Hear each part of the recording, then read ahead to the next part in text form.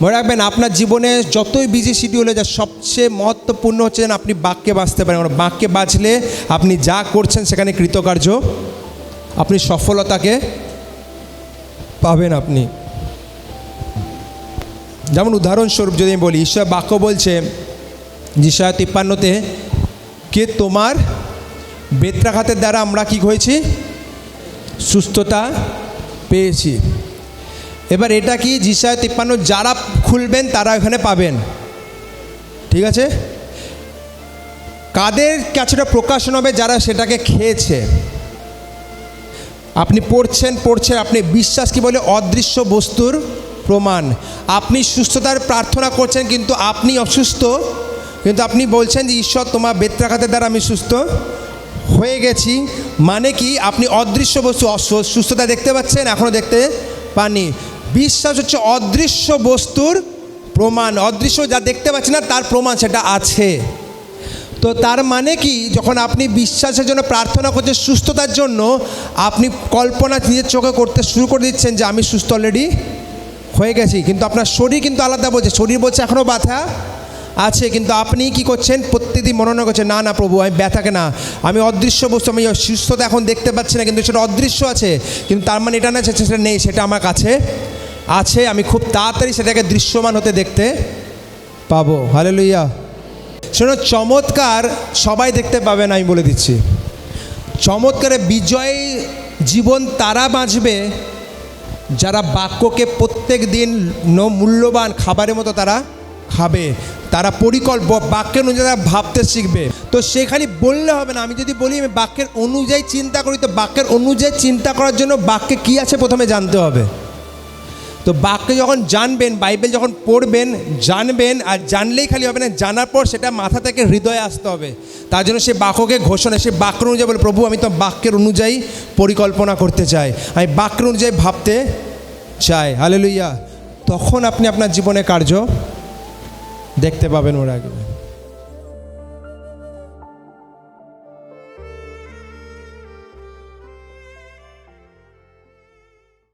Hallelujah.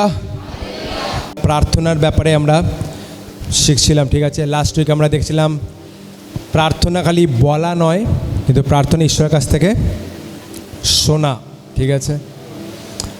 আর কি করে আপনি শুনতে পারবেন, কি করা প্রার্থনা করার পর, যেটা আমরা বলি বলার পর কী কাজ করা উচিত নয়, সেটা আমরা জেনেছিলাম লাস্ট উইকে।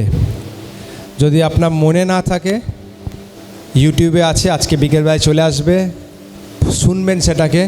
কারণ ঈশ্বর বলছে আমরা যদি ঈশ্বরের বাক্যের ওপর কার্য না করতে পারি তাহলে ফল কিন্তু আসবে না। আপনি বাক্য পড়ে ভুলে গেলেন, আপনি এমন একটা ব্যক্তি, ঈশ্বর বাক্য বলে যে আপনি নিজে আয়না নিজে মুখকে দেখলেন, আর আয়নার থেকে সরতে আপনি আমি কেমন দেখতে জানি না, তো কী হবে? সেই মানুষকে আমরা কী বলবো? তার মানসিক সন্তুলন, আমরা যেন বিশ্বাস হই, আমার যেন মানসিক সন্তুলন না যায় আমাদের, ঈশ্বরের নজরে যেন আমরা পাগল না হই। ঈশ্বর আমাদের দিয়েছে ঈশ্বরের বাক্যকে, যাতে ঈশ্বরের বাক্যের অনুযায়ী চলবো, তখনই আশীর্বাদ আমাদের জীবনে আসবে। হালেলুয়া।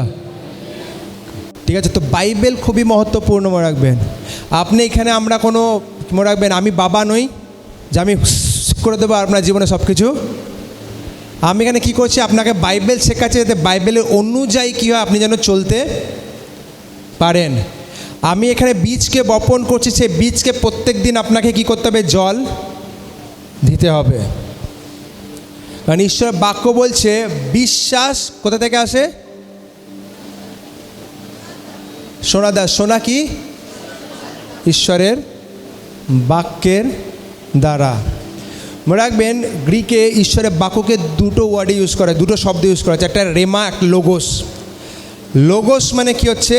যে ঈশ্বরের বাক্য যা আপনি এইখানে লেখা আছেন, যেটা আপনি নিজের চোখে আপনি পড়ছেন, সেটা হচ্ছে লোগোস বলছে সেটাকে। রেমা মানে কি হচ্ছে? রেমা মানে হচ্ছে প্রকাশনা।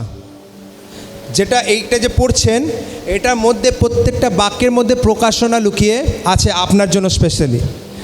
আপনি যখন সেই বাক্য পড়ছেন আর প্রত্যেক দিন সেটাকে মনোনয়ন করছেন, তখন সেই বাক্যের মধ্যে প্রকাশনা যেটা জীবিত, সেটা আপনার হৃদয়ের ভেতরে সেটা বয়ে থাকবে না, সেটা একমাত্র হৃদয় মাটিতেই আসে। মানে কি আপনার ভাবনা চিন্তা বাক্যের মতো হতে শুরু করবে।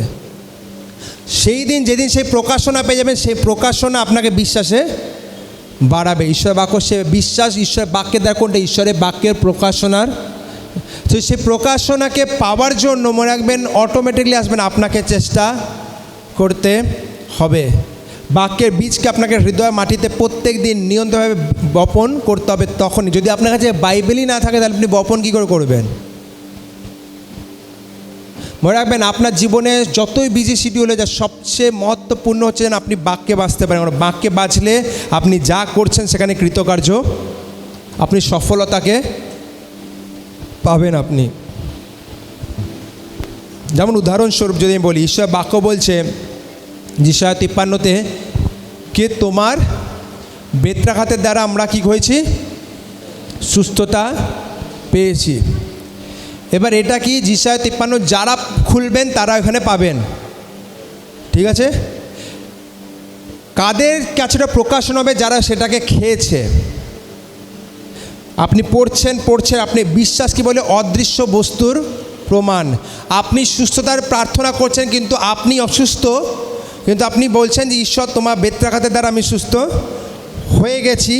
মানে কি আপনি অদৃশ্য বস্তু সুস্থতা দেখতে পাচ্ছেন, এখনও দেখতে পাননি। বিশ্বাস হচ্ছে অদৃশ্য বস্তুর প্রমাণ। অদৃশ্য যা দেখতে পাচ্ছেন না তার প্রমাণ সেটা আছে।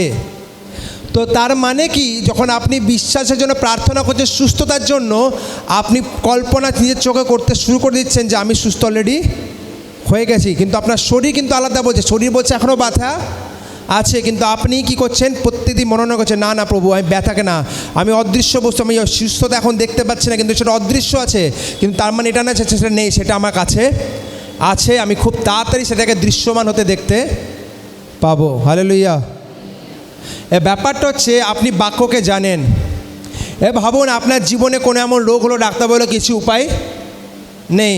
যদি আপনি জীবনে প্রকাশনা সেই বাক্যকে লোগোসকে যদি রেমা করে নিয়েছেন, সেই বাক্যকে যদি ঘোষণা করতে করতে আপনার হৃদয়ের ভেতরে ওটাকে একদম গেঁথে নিয়েছেন, যে হৃদয় আপনার সেই বাক্যের অনুযায়ী ভাবছে, তাহলে সেই সময় আপনি কী করবেন? আপনি ধন্যবাদ প্রভু, আমি জানি আমি সুস্থ হয়ে গেছি, আর খুব তাড়াতাড়ি তার বহিঃপ্রকাশ হবে। কিন্তু যদি আপনি বাক্যকে পড়ে যদি সেটাকে ঘোষণা করে নিজের হৃদয়ের ভেতর না রেখেছেন, যখনই ডাক্তার বলবে শেষ, আপনি কাঁদতে শুরু করবেন, না আমার কি হলো? আর সেটা দেখাইতে বাক্য এখনও আপনার হৃদয়ের ভেতরে প্রবেশ করে। সেটা চমৎকার সবাই দেখতে পাবে না, আমি বলে দিচ্ছি। চমৎকারে বিজয়ী জীবন তারা বাঁচবে যারা বাক্যকে প্রত্যেক দিন মূল্যবান খাবারের মতো তারা খাবে। তারা বাক্যের অনুযায়ী তারা ভাবতে শিখবে। আমার জীবনে একটা প্রার্থনা প্রত্যেকবার আমি করি, প্রভু আমি ছোটোবেলা থেকে অনেক কিছু শিখে এসেছি যেগুলো তোমার বাক্যের অনুযায়ী নয়। তোমার বাক্যের অনুযায়ী আমার ভাবনা চিন্তা হতে শুরু করে। আমি যেন প্রত্যেক পরিস্থিতিকে তোমার বাক্যের অনুযায়ী দেখতে শুরু করি। হালেলুয়া। তো সে খালি বললে হবে না, আমি যদি বলি আমি বাক্যের অনুযায়ী চিন্তা করি, তো বাক্যের অনুযায়ী চিন্তা করার জন্য বাক্যে কী আছে প্রথমে জানতে হবে। তো বাক্য যখন জানবেন, বাইবেল যখন পড়বেন জানবেন, আর জানলেই খালি হবে না, জানার পর সেটা মাথা থেকে হৃদয়ে আসতে হবে। তার জন্য সে বাক্যকে ঘোষণা, সে বাক্য অনুযায়ী বলে প্রভু আমি তো বাক্যের অনুযায়ী পরিকল্পনা করতে চাই, আমি বাক্যের অনুযায়ী ভাবতে চাই। হালেলুয়া। তখন আপনি আপনার জীবনে কার্য দেখতে পাবেন। মনে রাখবেন এটা একটা এক্সারসাইজ, যত করবেন ততটা রপ্ত হবে না, তত তাড়াতাড়ি আপনি জিনিসগুলোকে দেখতে পাবেন। আমি আমার জীবনে বলি, আমি খুব তাড়াতাড়ি, আগে আমার কেউ তো কিছু হলে আমি সঙ্গে সঙ্গে ডাক্তারের কাছে যেতাম, ওষুধ খেয়ে নিতাম। এখন খুব কম ডাক্তারের কাছে যাই। আমি বলবো না আমি এটাতে মাস্টারের কাছে, কিন্তু আমি শুরু করে দিয়েছি রাস্তায় চলতে। তাই প্রথমে বলি না আমি এত তাড়াতাড়ি হার মানবো না, আমি প্রার্থনা করতে থাকবো। হালেলুয়া। আর আমি অনেকবার নিজের জীবনে চমৎকার দেখেছি ঘোষণা করার দ্বারা, ঠিক আছে? তো যখন ঘোষণা করে এটাতে মাস্টার হয়ে যায়, রপ্ত হয়ে যাবেন, চমৎকার আপনার হাতে থাকবে। কিন্তু আপনার সেই জায়গায় পৌঁছানোর জন্য আপনাকে প্রথম প্রাথমিক স্টেপ হচ্ছে বাইবেল কিনতে হবে। প্রথম বলুন কিনতে হবে। দ্বিতীয় যে বাইবেলকে খালি কিনে আলির মধ্যে জয় যিশু বাবা করলে কিছু হবে না, সেই বাইবেলকে পড়তে হবে। কারণ বাইবেল হচ্ছে লোগোস, কোনো কাজ নেই সেটাতে। সেই বাইবেল যতক্ষণ রেমা প্রকাশনা যতক্ষণ আপনার হৃদয়ে না দেয়, ততক্ষণ সেটাকে খেতে হবে যেন আপনার চিন্তাধারা বাইবেলের অনুযায়ী হতে শুরু করে। যেই দিন আপনি এইটা রপ্ত করতে শুরু করে দেবেন, মনে রাখবে আপনার কাজ হতে শুরু হয়ে যাবে। হালেলুয়া। তার জন্য সবচেয়ে প্রথম জিনিস হচ্ছে চার্চে এসে 1 বছর যে বাইবেল পড়েননি, মানে ভাবুন আপনার অবস্থা কী। কিন্তু সে 1 বছর যদি বাইবেলকে পড়তে শুরু করতেন, ঘোষণা করতে শুরু করতেন, আমি আপনাকে লিখে দিতে পারি গ্যারান্টির সাথে, যা জীবন আছে তার চেয়ে জীবন অনেক উন্নতি অলরেডি আপনি দেখতে শুরু হতে, আপনার জীবনে অলরেডি সাক্ষী হতো। মানে প্রভু যিশু না মৃত মানুষ, মৃত ঈশ্বর নয়, তিনি জীবিত ঈশ্বর। জীবিত ঈশ্বর মানে আপনার জীবনে তার কার্য, মানে সে জীবিত থাকলে সে কার্য করবে। মৃত ব্যক্তি কথা বলে না, জীবিত ব্যক্তি কথা। তো সে জীবিত হওয়ার প্রমাণ কি? সাধু পৌল যেমন বলছে যে ঈশ্বরের বাক্যে খালি বাক্য, ঈশ্বরের রাজ্য খালি কথার না, কিন্তু সামর্থ্যের মধ্যে। আপনি খালি বাইবেলের কথা কাহিনী দিয়ে আপনি আমার জীবনকে চেঞ্জ করতে পারেন। বাইবেলের কথা মনে রাখবেন জীবন্ত, আর সেটা আপনার জীবনে সামর্থ্য আসবে। আপনি আপনার ছেলে মেয়েকে বলে চলো চলো চলো একটু প্রচার করে, চলো এইটা করে, এইটা দিয়ে আপনি কিন্তু আপনার ছেলে মেয়েকে ঈশ্বরের ব্যাপারে বলতে পারবেন না।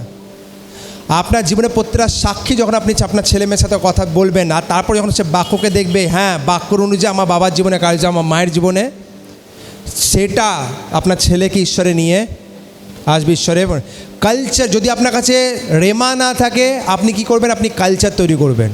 যদি আপনার কাছে ঈশ্বরের প্রকাশনা না থাকে আপনি ধর্ম তৈরি করবেন।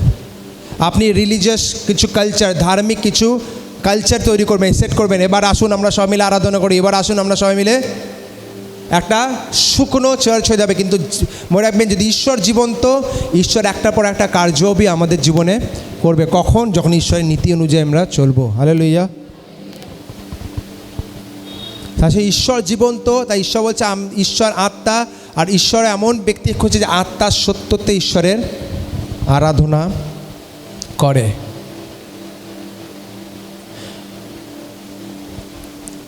মনে রাখবেন একটা কয়েনের পয়সার 2টো সাইড থাকে, একটা সাইডে হেড, একটা সাইডে টেল, যেটা আমরা বলি। যদি একটা সাইডে হেড থাকে আর যদি টেল না থাকে তাহলে সেই পয়সাটা কি নকল, বা সেই পয়সাটা আপনি কোনো দোকানে যদি দেবেন সে দোকানে কাজ হবে না, ঠিক আছে, সেই পয়সাটা কাজ করবে না। তেমনি আমাদের জীবনের 2টো সাইড আছে। যদি 2টো সাইড যদি না হয় তাহলে আমাদেরও বিশ্বাস কার্য করবে না। কি 2টো সাইড? মানে ঈশ্বরের বাক্য বলে ঈশ্বর উত্তম, ঠিক আছে, তিনি প্রেমময় পিতা, তিনি উত্তম পিতা। হালেলুয়া। আর তাই জন্য যখন ঈশ্বর আমাদের জীবনে কার্য করে আমরা কি করি? সাক্ষী দিই। বুঝতে পারছেন? আমরা সাক্ষী দিই, রাইট? তো সবচেয়ে বড় সাক্ষী ঈশ্বরের কি? যোহন তার 3:16 যেখানে লেখা আছে ঈশ্বর জগৎকে, মানে আপনাকে আমাকে এত ভালোবাসলেন যে তিনি তার একমাত্র পুত্রকে দিয়ে দিলেন, যে তার উপর বিশ্বাস করলো সে নাশ হলো না কিন্তু অনন্ত জীবন পেল। তো এটা আপনি ঈশ্বরকে প্রথমে ভালোবাসেননি, ঈশ্বর আপনাকে প্রথম ভালোবেসেছিল। আপনি যখন ঈশ্বরকে জানতেনও না তখন ঈশ্বর আপনার জন্য, আমার জন্য তার পুত্র প্রভু যিশুকে ক্রুশে দিয়ে দিয়েছিল, যাতে তার দ্বারা আপনি পাপের বেতন মৃত্যু থেকে উদ্ধারকে পেতে পারেন। তো ঈশ্বর খালি বলেনি আমি তোমাকে ভালোবাসি, আমি তাকে ভালোবাসি। ঈশ্বর আপনাকে নিজের কার্যের দ্বারা কী হয়েছিল? দেখিয়েছিল। তো একটা জিনিস, যখন আমরা প্রভু যিশুকে বিশ্বাস করি, আমাদের জীবনে যখন কোনো ভালো কার্য হয়, আমাদের জীবনে যখন ঈশ্বর আমাদের জীবনে যখন চমৎকার করে, আমরা এখানে এসে চার্চে এসে কী করে? আমরা সাক্ষী দিই, বা আপনার আশেপাশের লোককে আপনি কী করেন? সাক্ষী দেন যে প্রভু যিশু আসার পর আমার জীবন এরকম পরিবর্তন হয়েছে, ঠিক আছে। হালেলুয়া। আর আমাদের দেওয়াও উচিত, প্রত্যেক ব্যক্তিকে তার নিজের সাক্ষীকে লোকেদের সাথে, খালি চার্চে না, আশেপাশে লোকেদের সামনে দেওয়া উচিত। তো সেটা হচ্ছে একটা সাইড, মনে রাখবেন। যখন প্রভু যিশুকে আপনি জেনে গেলেন, আপনি প্রভু যিশুর ব্যাপারে কি করছেন? লোকেদের সাক্ষী দিচ্ছে। এটা কয়েনের একটা সাইড। আর একটা সাইড কয়েনের, সেটা কি? যে এরপর আপনি যখন সাক্ষীকে দেখতে, মানে আপনার জীবনে দেখতে পেলেন, ঈশ্বরকে আপনি গ্রহণ করলেন, বিশ্বাস করলেন, তারপর স্বর্গ আপনার জন্য কি সাক্ষী দিচ্ছে? এটা হচ্ছে আপনি ঈশ্বরের ব্যাপারে সাক্ষী দিচ্ছেন, এটা হচ্ছে স্বর্গদূতেরা বা ঈশ্বরের রাজ্য আপনার জন্য কি সাক্ষী দিচ্ছে। মানে কি, আপনি প্রভু যিশুর কাছে প্রভু যিশু খুব উত্তম ঈশ্বর, সে আমার জীবনে এরকম করেছে, আমার জীবনে এরকম করেছে। সেকেন্ড জিনিস হচ্ছে তারপর আপনি তার জন্য কি করছেন। ঈশ্বর আপনার জন্য অনেক কিছু করেছেন, ঈশ্বর সারা জীবন করবে, কিন্তু তিনি উত্তম ঈশ্বর। কিন্তু আমরা কি উত্তম শিষ্য কি শিষ্য নয় সেটা দেখাবে আমরা এরপর সে নতুন জীবনকে আমি পেয়েছি, আর সেই নতুন জীবনকে পাওয়ার পর আমরা কি করছি। হালেলুয়া, একেবারে বলুন আমরা কি করছি।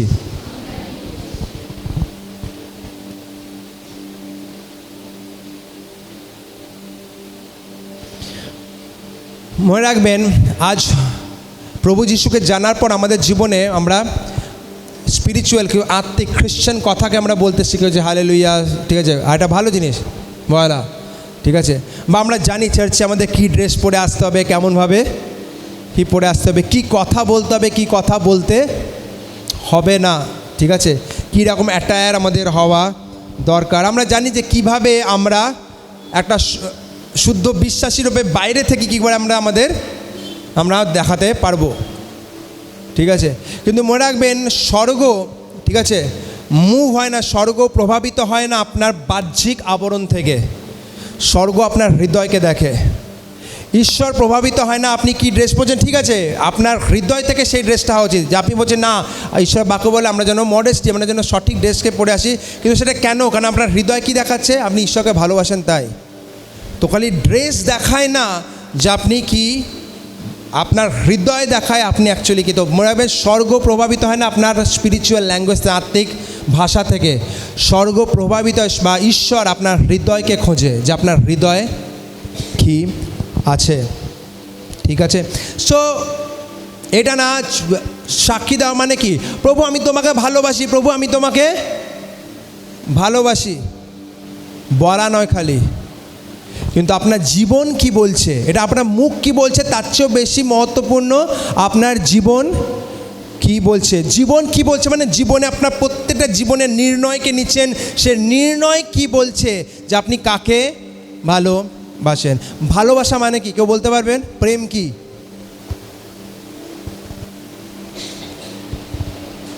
এই খাবার খেয়েছো এটা? হ্যাঁ, প্রেম ঈশ্বর, ওকে, ঠিক আছে। কেন বলা আছে? প্রেমের একটা সংজ্ঞা দেওয়া আছে বাক্যে, জানেন? প্রেম মানে ভালো ভালো গান গাওয়া না, যাকে প্রেম করছেন তার জন্য গান গাইছেন, গান অনেক, যখন পরিস্থিতি এসে গানও পালিয়ে যায়। প্রেম কি আসুন খুলবো সবাই। প্রথম কোরিন্থীয় তার 13 অধ্যায়ের 4 থেকে 7 পদ। প্রকৃত প্রেম কি, যা মনে রাখবে সমাজ আপনাকে বলবে না, এটা বাক্যে একমাত্র আপনাকে বলতে পারে যে সঠিক প্রেম কি। কেন? ঈশ্বর প্রেম, ঈশ্বরের কাছে প্রেম নেই, ঈশ্বরই প্রেম, তাই ঈশ্বরই বলতে পারে প্রকৃত প্রেম কি। প্রথম কোরিন্থীয় তার 13 অধ্যায় 4 থেকে 7 পদ। প্রেম চিরসহিষ্ণু, ঠিক আছে, লেখা আছে। প্রেম কি করে না? প্রেম মধুর, প্রেম ঈর্ষা করে না, প্রেম আত্মশ্লাঘা করে না, গর্ব করে না, অশিষ্টাচারণ করে না, স্বার্থ চেষ্টা করে না, রাগিয়া উঠে না, অপকার গণনা করে না। কি মনে হচ্ছে প্রেম? যদি এই পুরোটা বাক্যটা দেখে একটা শব্দে প্রেমকে আপনি বলুন, কি প্রেম? না, এটা মানে প্রেম যা, এটা না না না না প্রেম এখানে আছে, প্রেম যার কাছে ধৈর্য আছে সেটা বলেনি, বলেছে প্রেম চিরসহিষ্ণু, প্রেম মধুর, প্রেম ঈর্ষা করে না। ঈর্ষা থাকতে পারে আপনার জীবনে, কিন্তু বাক্য বলছে প্রেম ঈর্ষা করে না।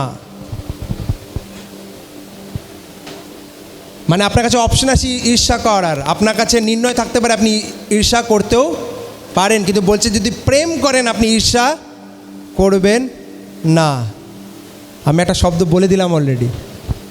আমরা প্রেম মানে কী ভাবি?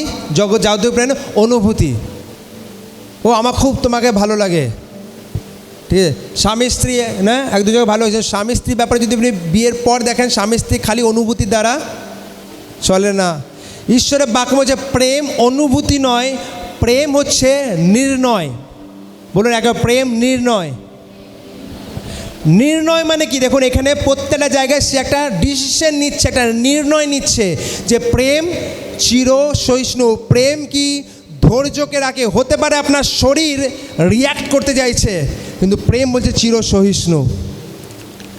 তার মানে কি একটা নির্ণয় আপনার জীবনে যে আমার শরীর কিন্তু রিয়্যাক্ট করতে, আমার অনুভূতি বলছে যে আমাকে কিছু বলতে হবে, কি করে এরকম বলে ফেললো, কিন্তু প্রেম বলছে চির সহিষ্ণু, ধৈর্য রাখো। এটা একটা ডিসিশন আপনার জীবনে। দ্বিতীয় জিনিস হচ্ছে প্রেম কি লেখা আছে? মধুর। যদি এখানে মধুর না, ইংলিশে খুব লাভ ইজ কাইন্ড, মানে প্রেম দয়াবান। ঠিক আছে? কখন? যখন আপনার ইগো, আপনার অহংকার বলবে না এই সময় প্রতিশোধ নেওয়ার, কিন্তু আপনি নির্ণয় নিচ্ছেন না আমি ঈশ্বর তোমাকে প্রেম করি, আমি দয়াবান হব, আমি মধুর হব, আমি প্রতিশোধ নেব না। হালেলুয়া। মনে রাখবেন, আপনি যদি কোনো জায়গায় কাজ করছেন বা আপনার হয়তো এমন সময় আসছে যেখানে সবাই হয়তো আপনার ওপরে অনেক উল্টোপাল্টা কাজ করছে, আপনার পিছনে লাগছে, আর যখন আপনি স্থির থাকবেন ঈশ্বর আপনাকে, ভাবুন একটা উদাহরণ দিলাম উদাহরণ হিসাবে। ওকে সুজয় আসো, অনিকেত আসো।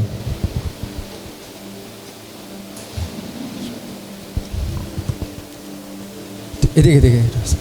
ওকে, সুজয় হচ্ছেন, ভাবুন, ঠিক আছে, সুজয় হচ্ছে অনিকেতের সিনিয়র অফিসে, ঠিক আছে। আর সুজয়, এটা জাস্ট ভাবুন, হ্যাঁ আমি বলছি একটা এক্সাম্পল। সুজয় ভাবুন অনিকেতকে একদমই সহ্য করতে পারে না। ও অনিকেতকে মানে যে এই লোকটাকে জলদি জলদি জলদি অফিস থেকে বের করতে হবে, একে এবার ও সুজয় কী করছে, একে পুরো অফিসে বেশি কাজের ওপর করছে, একে ভালোভাবে কথা বলছে না এর সাথে কার্য। কেন? কারণ সুজয়ের কাছে কি আছে? সামর্থ্য। এর সিনিয়র, এর কাছে অধিকার আছে একে বেশি কাজ দেওয়ার, এ কিছু বলতে পারছে না এখানে।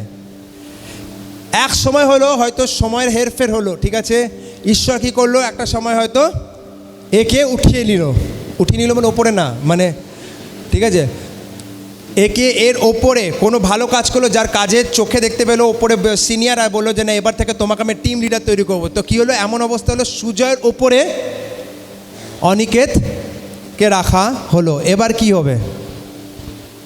অনিকেত কি বলবে? অনিকেত অনেক দিন বলেছো, আজ ইনসান আয়া মেরা নিচে, এইবার দেখাবো কার ঘাড়ে কত দম, দেখে যারা কিসমে কিতনা হ্যাঁ। তো সে বলবে না এবার আমি দেখাবো, যদি তোর জীবনকে আমি নরক না করে দিই, আমার জীবন প্রতি সময় নরক করেছিস, আজ আমার সময় এসছে। কেন? শরীর বলছে প্রতিশোধ নেব। কিন্তু প্রেম কি? নির্ণয়। যদিও শরীর বলছে, কিন্তু প্রেম বলছে না না না না না, প্রভু সে করেছে করুক, সুজয় করেছে করুক, কিন্তু আমি তোমাকে জানি, আমি নেব না। এটা হচ্ছে আপনার অনুভূতি টোটালি আলাদা। প্রেম অনুভূতি নয়, প্রেম হচ্ছে নির্ণয় যা আপনি নিচ্ছেন না। আমি জানি ঈশ্বরের বাক্য কী বলে, আমার মন হয়তো বলছে, কিন্তু আমি মন ঈশ্বরের বাক্যের অনুযায়ী হতে শুরু কর। সেটা হচ্ছে নির্ণয়, যেটা যাকে বলে প্রেম। ধন্যবাদ, ঘুমিয়ে যেও না, ঠিক আছে। তো কি অনিকের কাছে জায়গা আছে যে সে প্রতিশোধ নিতে পারে, কিন্তু সে নির্ণয় নিচ্ছে আমি প্রতিশোধ নেব না। সেটা হচ্ছে প্রেম। সেটা হচ্ছে প্রেম মধুর। সবসময় মধুর ফিল হবে না, কিন্তু আপনাকে নির্ণয় নিতে হবে আমি মধুর থাকবো, আমার হাত কাউরি বিপক্ষে উঠবে না।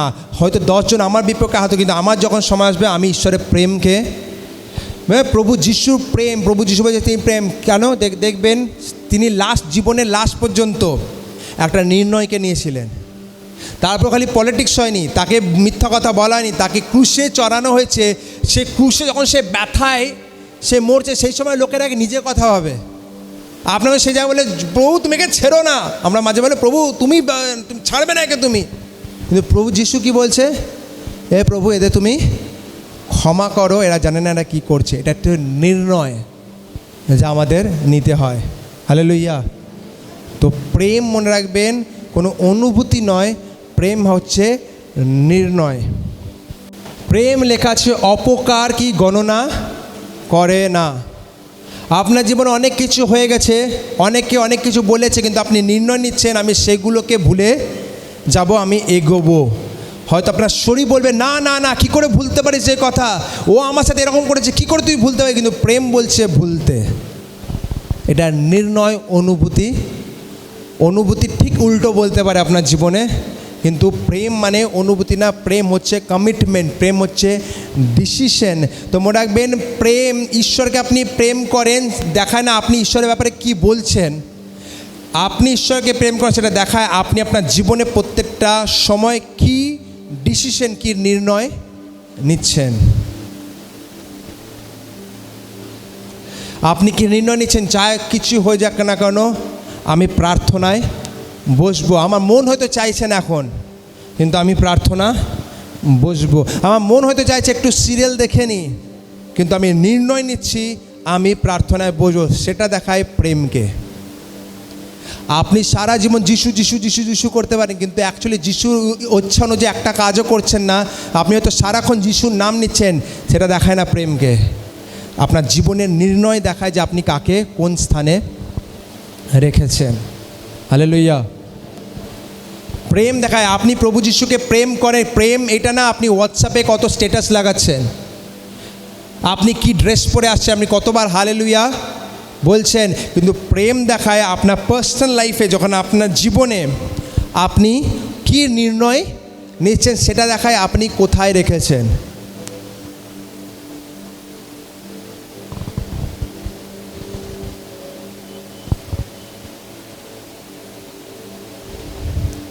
তো মনে রাখবেন, খ্রিস্টীয় জীবন শুধু আবেগের মুহূর্তের ওপর নির্মিত নয়, এটি একটি সমর্পিত সিদ্ধান্তের ওপর নির্মিত। আবেগ, আজ খুব ভালো লাগছে, ও খুব ভালো লাগছে, আজ আমি চার্চে আসবো, দুদিন আর ভালো লাগছে না চার্চে, আমি আসবো না।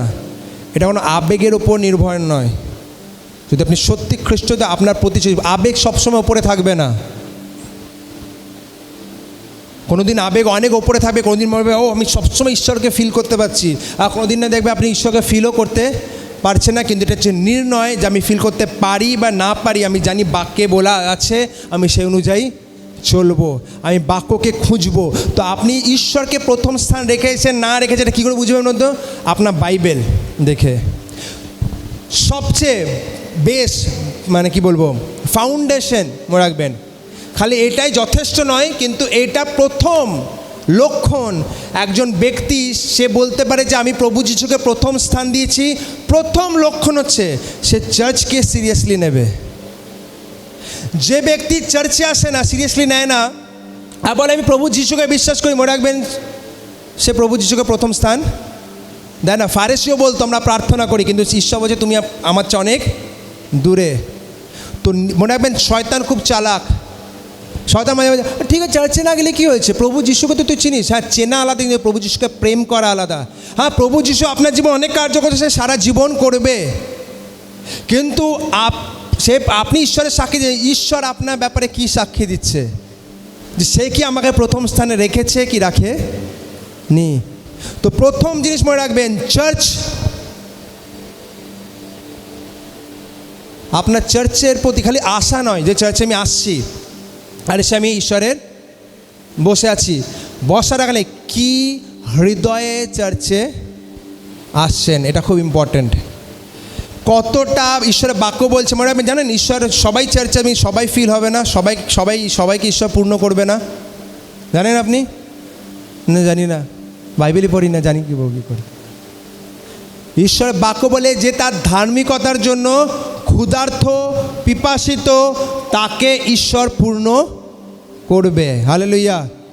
তো আপনি চার্চে খালি আসছেন, কিন্তু চার্চে আসার পর কতটা তার ধার্মিকতা, তার বাক্যের জন্য কতটা ক্ষুধার্ত তা দেখাবে আপনার জীবনে ঈশ্বর কতটা আপনাকে পূর্ণ করতে পারে। হালেলুয়া। আমি আপনাকে বলি, কিছু ব্যক্তি আছে, অ্যাজ আ পাস্টার আমাকে অনেক দৃশ্য দেখতে হয়, আমি কিছু কিছু দৃশ্য আপনাদের সাথে শেয়ার করছি, ঠিক আছে? প্রচার চলছে, ঠিক আছে, ও সবাই দেখতে পাচ্ছেন, একটু লম্বা প্রচার চলছে, বা কিছু কিছু ব্যক্তি আছে এরকম শুনবে। তারা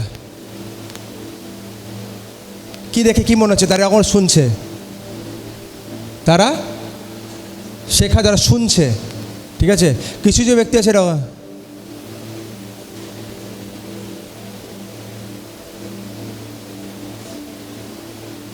মানে কি, তারা এসছে চার্চে কিন্তু তারা ক্ষুধার্থ, তারা বাক্যের জন্য ক্ষুধার্থ নয়, তারা কালচার করছে, কালচার নিয়ম, সবাই আসছে, সবাই ও নালে কেউ আসবে, আমাকে বললে কেন আসোনি, চলো আসছি। তৃতীয় জিনিস, কিছু কিছু ব্যক্তি আছে তারা একটা জায়গায় স্থির থাকে, কিছুক্ষণ পরে তারা একবার কখন হয়, যখন আনচান হয় শরীর, কখন শেষ হবে, কি হচ্ছে, তারাও চার্চে আসছে কিন্তু তারা কোনো দিনও পূর্ণ হবে না, তারা যেমন আছে সে খালি অবস্থায় তারা যাবে। কিন্তু যারা শুনতে, যারা ক্ষুধার্থ মনে এসছে, তারা দেখবেন তারা পেয়ে যাবে। আপনি কোনো হলে দেখেছেন মানুষকে ঘুমাতে? খুবই কমই মানুষকে দেখবেন। তারা দুপুরবেলাও সিনেমা দেখবে, রাতের বেলাও সিনেমা দেখবে, সব কিছু দেখবে, কিন্তু তারা ঘুমে কেন? তারা দেখতে, তাদের মনে তারা খুলে দেখতে এসছে। কিন্তু মাঝে মাঝে চার্চে দুপুরবেলা হলে, দুপুরবেলা না সকালবেলা হলেও কেন? কেন? ক্ষুধা নেই ভেতরে। যদি ক্ষুধার্ত হন তবেই ঈশ্বর আপনাকে পরিপূর্ণ করবে। যদি ক্ষুধার্ত না হন, ঈশ্বর আপনাকে কোনোদিনও পরিপূর্ণ করতে পারবে, চাইলেও পরিপূর্ণ করতে পারবে না। তার জন্য বাক্যকে জানুন, বাক্য জানা খুব দরকার। আমরা হলে ও প্রভু তুমি আমাকে পূর্ণ করো, আরে প্রভু বলে হৃদয় তো, আমি ভাবুন আপনাকে কারা কারা খেয়ে এসছেন, একটু হাত দেখাতে পারবেন? ওকে, মা খেয়ে এসছে, ওকে, এবার মা খেয়ে এসছে, এবার মায়ের কাছে আমি পুরো মাটন বিরিয়ানি সামনে, নাও খাও, কী হবে? পেট ভরে আছে, মাটন বিরিয়ানি হোক, যতই বিরিয়ানি হোক, কী হবে? খেতে যতই টেস্টি হোক, কিন্তু খেতে লাগবে কি? খেলে আপনার বমি লাগানো, অলরেডি পেট। কিন্তু খালি পেটে ও যেই বিরিয়ানি দিক, যদি 2-3 দিনে না খেয়ে পেয়েছে, শুকা ভাতও খুব মিষ্টি লাগে। কেন? কেন? ক্ষুধা আছে পেটের মধ্যে। তো মনে রাখবেন, ঈশ্বরের বাক্য সেইভাবে, যখন আপনার শুকনো ক্ষুধার্ত হৃদয়ে আসছেন যে ঈশ্বর আমি তোমার আওয়াজকে শুনতে চাই, আমি তোমার প্রকাশনাকে শুনতে চাই, তো মনে রাখবেন তখন আপনাকে জাগানোর জন্য কিছু করতে হবে না, আপনি অলরেডি জেগে শুনবেন যে আমি শুনতে চাই ঈশ্বর তুমি এই সপ্তাহের জন্য কি রেখেছো। হালেলুয়া। তো এটা যদি চিন্তাধারা থাকে, যারা চাইছে তারা ফিল হবে না, যারা ক্ষুধার্থ মনে আসবে, ঈশ্বর বাক্য তারা, যারা ঈশ্বরের ধার্মিকতার জন্য ক্ষুধার্থ পিপাসিত, তারা পূর্ণ হবে। ঈশ্বর এই প্রতিশ্রুতি দিয়েছে। হালেলুয়া। তাই জন্য চার্চে অনেক ব্যক্তি আসে, কিন্তু কিছু কিছু ব্যক্তির জীবনকে চার্চে আসার পর তাদের জীবন বাড়তে থাকে, তার ঈশ্বরেও বাড়তে থাকে, তাদের জীবনও তারা, কিছু কিছু ব্যক্তি 10 বছর হয়ে তারা যেখানে ছিল সেখানেই থাকছে। কেন? এটা আমাদের নির্ণয়। আমি সত্যি কি ঈশ্বর প্রেম, যদি ঈশ্বরকে প্রেম করি, ঈশ্বরের বাক্যের প্রতি আমি প্রেম করব। সে নির্ণয় নেয় যে এরপর থেকে আমি আমার জীবনকে জাস্ট চালাবো না, আমি আমার জীবনে ঈশ্বরকে প্রথম স্থান দেব। আমি প্রার্থনা করব, আমি প্রত্যেক রবিবার আসবো। রবিবারের সময় যদি আমরা কাজ পড়ে যায়, সে কাজ থেকে ছেড়ে আমি আসার, যদি খুব ইম্পর্টেন্ট না থাকে, কারোর শরীর খারাপ, আমি সেটা বলছি না, রিলিজিয়াস হিসাবে ধরবেন না, কিন্তু ও কোনো বন্ধু ডাকলো তার বাড়িতে যাব না, প্রথম যে হচ্ছে রবিবার আপনাকে ঈশ্বরের ভবন আসছে, কারণ আপনাকে প্রত্যেক সপ্তাহের খাবারকে খেতে হবে। কি নির্ণয় আপনি নিচ্ছেন? আপনি চার্চকে কোন স্থানে গেছেন, এটা প্রাথমিক। যদি আপনি চার্চকে প্রথম আপনার প্রায়োরিটি না হয়, আপনি কোনোদিনও ঈশ্বরকে প্রথম স্থানে রাখতে পারবেন না, কারণ এটা খুব বেসিক জিনিস, খুব ইজি জিনিস, তারপর অনেক কঠিন জিনিস আসে। হালেলুয়া। তো এটা একটা নির্ণয় প্রার্থনা করা, এটা নির্ণয় চার্চে আসা, এটা একটা নির্ণয় ঈশ্বরের বাক্যকে মনোনয়ন করা, এটা একটা নির্ণয় ঈশ্বরের পিছনে চলা যখন সব কিছু সহজ নাও হতে পারে। হালেলুয়া। এটা নির্ণয় যে আমি পবিত্র থাকব যখন অপবিত্র থাকা খুব সহজ হয়ে যায়। হালেলুয়া। এটা খুব ইম্পর্টেন্ট। এটা নির্ণয় যে আমি পবিত্র থাকব যখন অপবিত্র থাকা খুবই সহজ হয়ে যায়। এটা নির্ণয় আমি ঈশ্বরের বাক্যের প্রতি সঠিক থাকব। হতে পারে তার জন্য পরিস্থিতি কঠিন হতে পারে আমার জীবনে। মনে রাখবেন, আজকের যে পরিবেশে আমরা চলছি, আর এটা যত জগৎ বাড়বে তত এটা আরও বেশি, আরও বাজে হতে শুরু করবে। যেখানে অপবিত্রতা খুব ইজি, পবিত্র থাকার জন্য আপনাকে মূল্য দিতে হয়। পবিত্র আপনি থাকবেন, লোকে আপনাকে বলবে আরে এ তো আউটডেটেড, কিন্তু অপবিত্র খুব তাড়াতাড়ি জীবনে আসতে পারে। এটা নির্ণয় মনে রাখবেন, আপনার জীবনে ঈশ্বরের পিছনে চলা, এটা নির্ণয়। আর সবসময় ঈশ্বরের পিছনে চলা কিন্তু সহজ হবে না। আমি সকালবেলা সার্ভিসে বলছি আমার জীবনের ব্যাপারে, যে যখন ঈশ্বর আমাকে ফুল টাইম মিনিস্ট্রির জন্য ডেকেছিল, আমার কাছে ডিসিশন নির্ণয় সহজ ছিল না, কারণ সেই সময় আমার বাড়িতে ফাইন্যান্সিয়াল ক্রাইসিসের মধ্য দিয়ে আমরা যাচ্ছিলাম। হাজার লোকে আমাকে এটা বলেছিল এটা সঠিক সময় নয় ব্যাঙ্গালোরে গিয়ে পড়ার, কিন্তু আমার হৃদয় ঈশ্বরের সাথে কথা বলছিল। আর কিছু ব্যক্তি, খুবই কম ব্যক্তি, তারা বলছিল যে না, এটার সময়। আর আমার কাছে নির্ণয় ছিল যে আমি কি করব, কিন্তু নির্ণয় ছিল যে আমি ঈশ্বর তোমার পথে চলো। তো আমি আমার পরিবারকে, এটা না যে পরিবার ভালোবাসে, পরিবারকে রেখেছিলাম একটা ভাঙা হৃদয়ের সাথে, কি ঈশ্বর আমি তোমার অনুযায়ী চলবো। কিন্তু তার আগে আমি ঈশ্বর অনুযায়ী না চলে আমি আমার জীবনে অনেক পথকে দেখেছিলাম, কঠিন পথকে। আর সেখান থেকে আমি আমার জীবনে রেখেছিলাম যদি ঈশ্বর চায় রাস্তা কঠিন হোক বা সহজ হোক, আমি তোমার পিছনে চলবো। তো মনে রাখবেন, যখন আমি গেছিলাম ঈশ্বর বিশ্বস্ত ছিল, ঈশ্বর ঘরকে সামলে ছিল। হালেলুয়া। তো মনে রাখবেন, পথ সবসময় সহজ হবে না, যখন নির্ণয় নিতে হবে। আর সে নির্ণয় আপনি কী নিচ্ছেন দেখাবে আপনি কাকে প্রেম করেন, কে আপনার জীবনে প্রথম স্থান। সবসময় চার্চে আসা সহজ হবে না, কিন্তু কী নির্ণয় আপনি নিচ্ছেন তা দেখাবে যে আপনি কাকে ভালোবাসেন। সেটা খালি প্রভু যিশু আমি তোমাকে ভালোবাসি বলে কি বলছেন, তার চেয়ে বেশি আপনার জীবন কি বলছে, আপনার জীবনে প্রত্যেকটা নির্ণয় কি বলছে, আপনি কাকে ভালোবাসেন।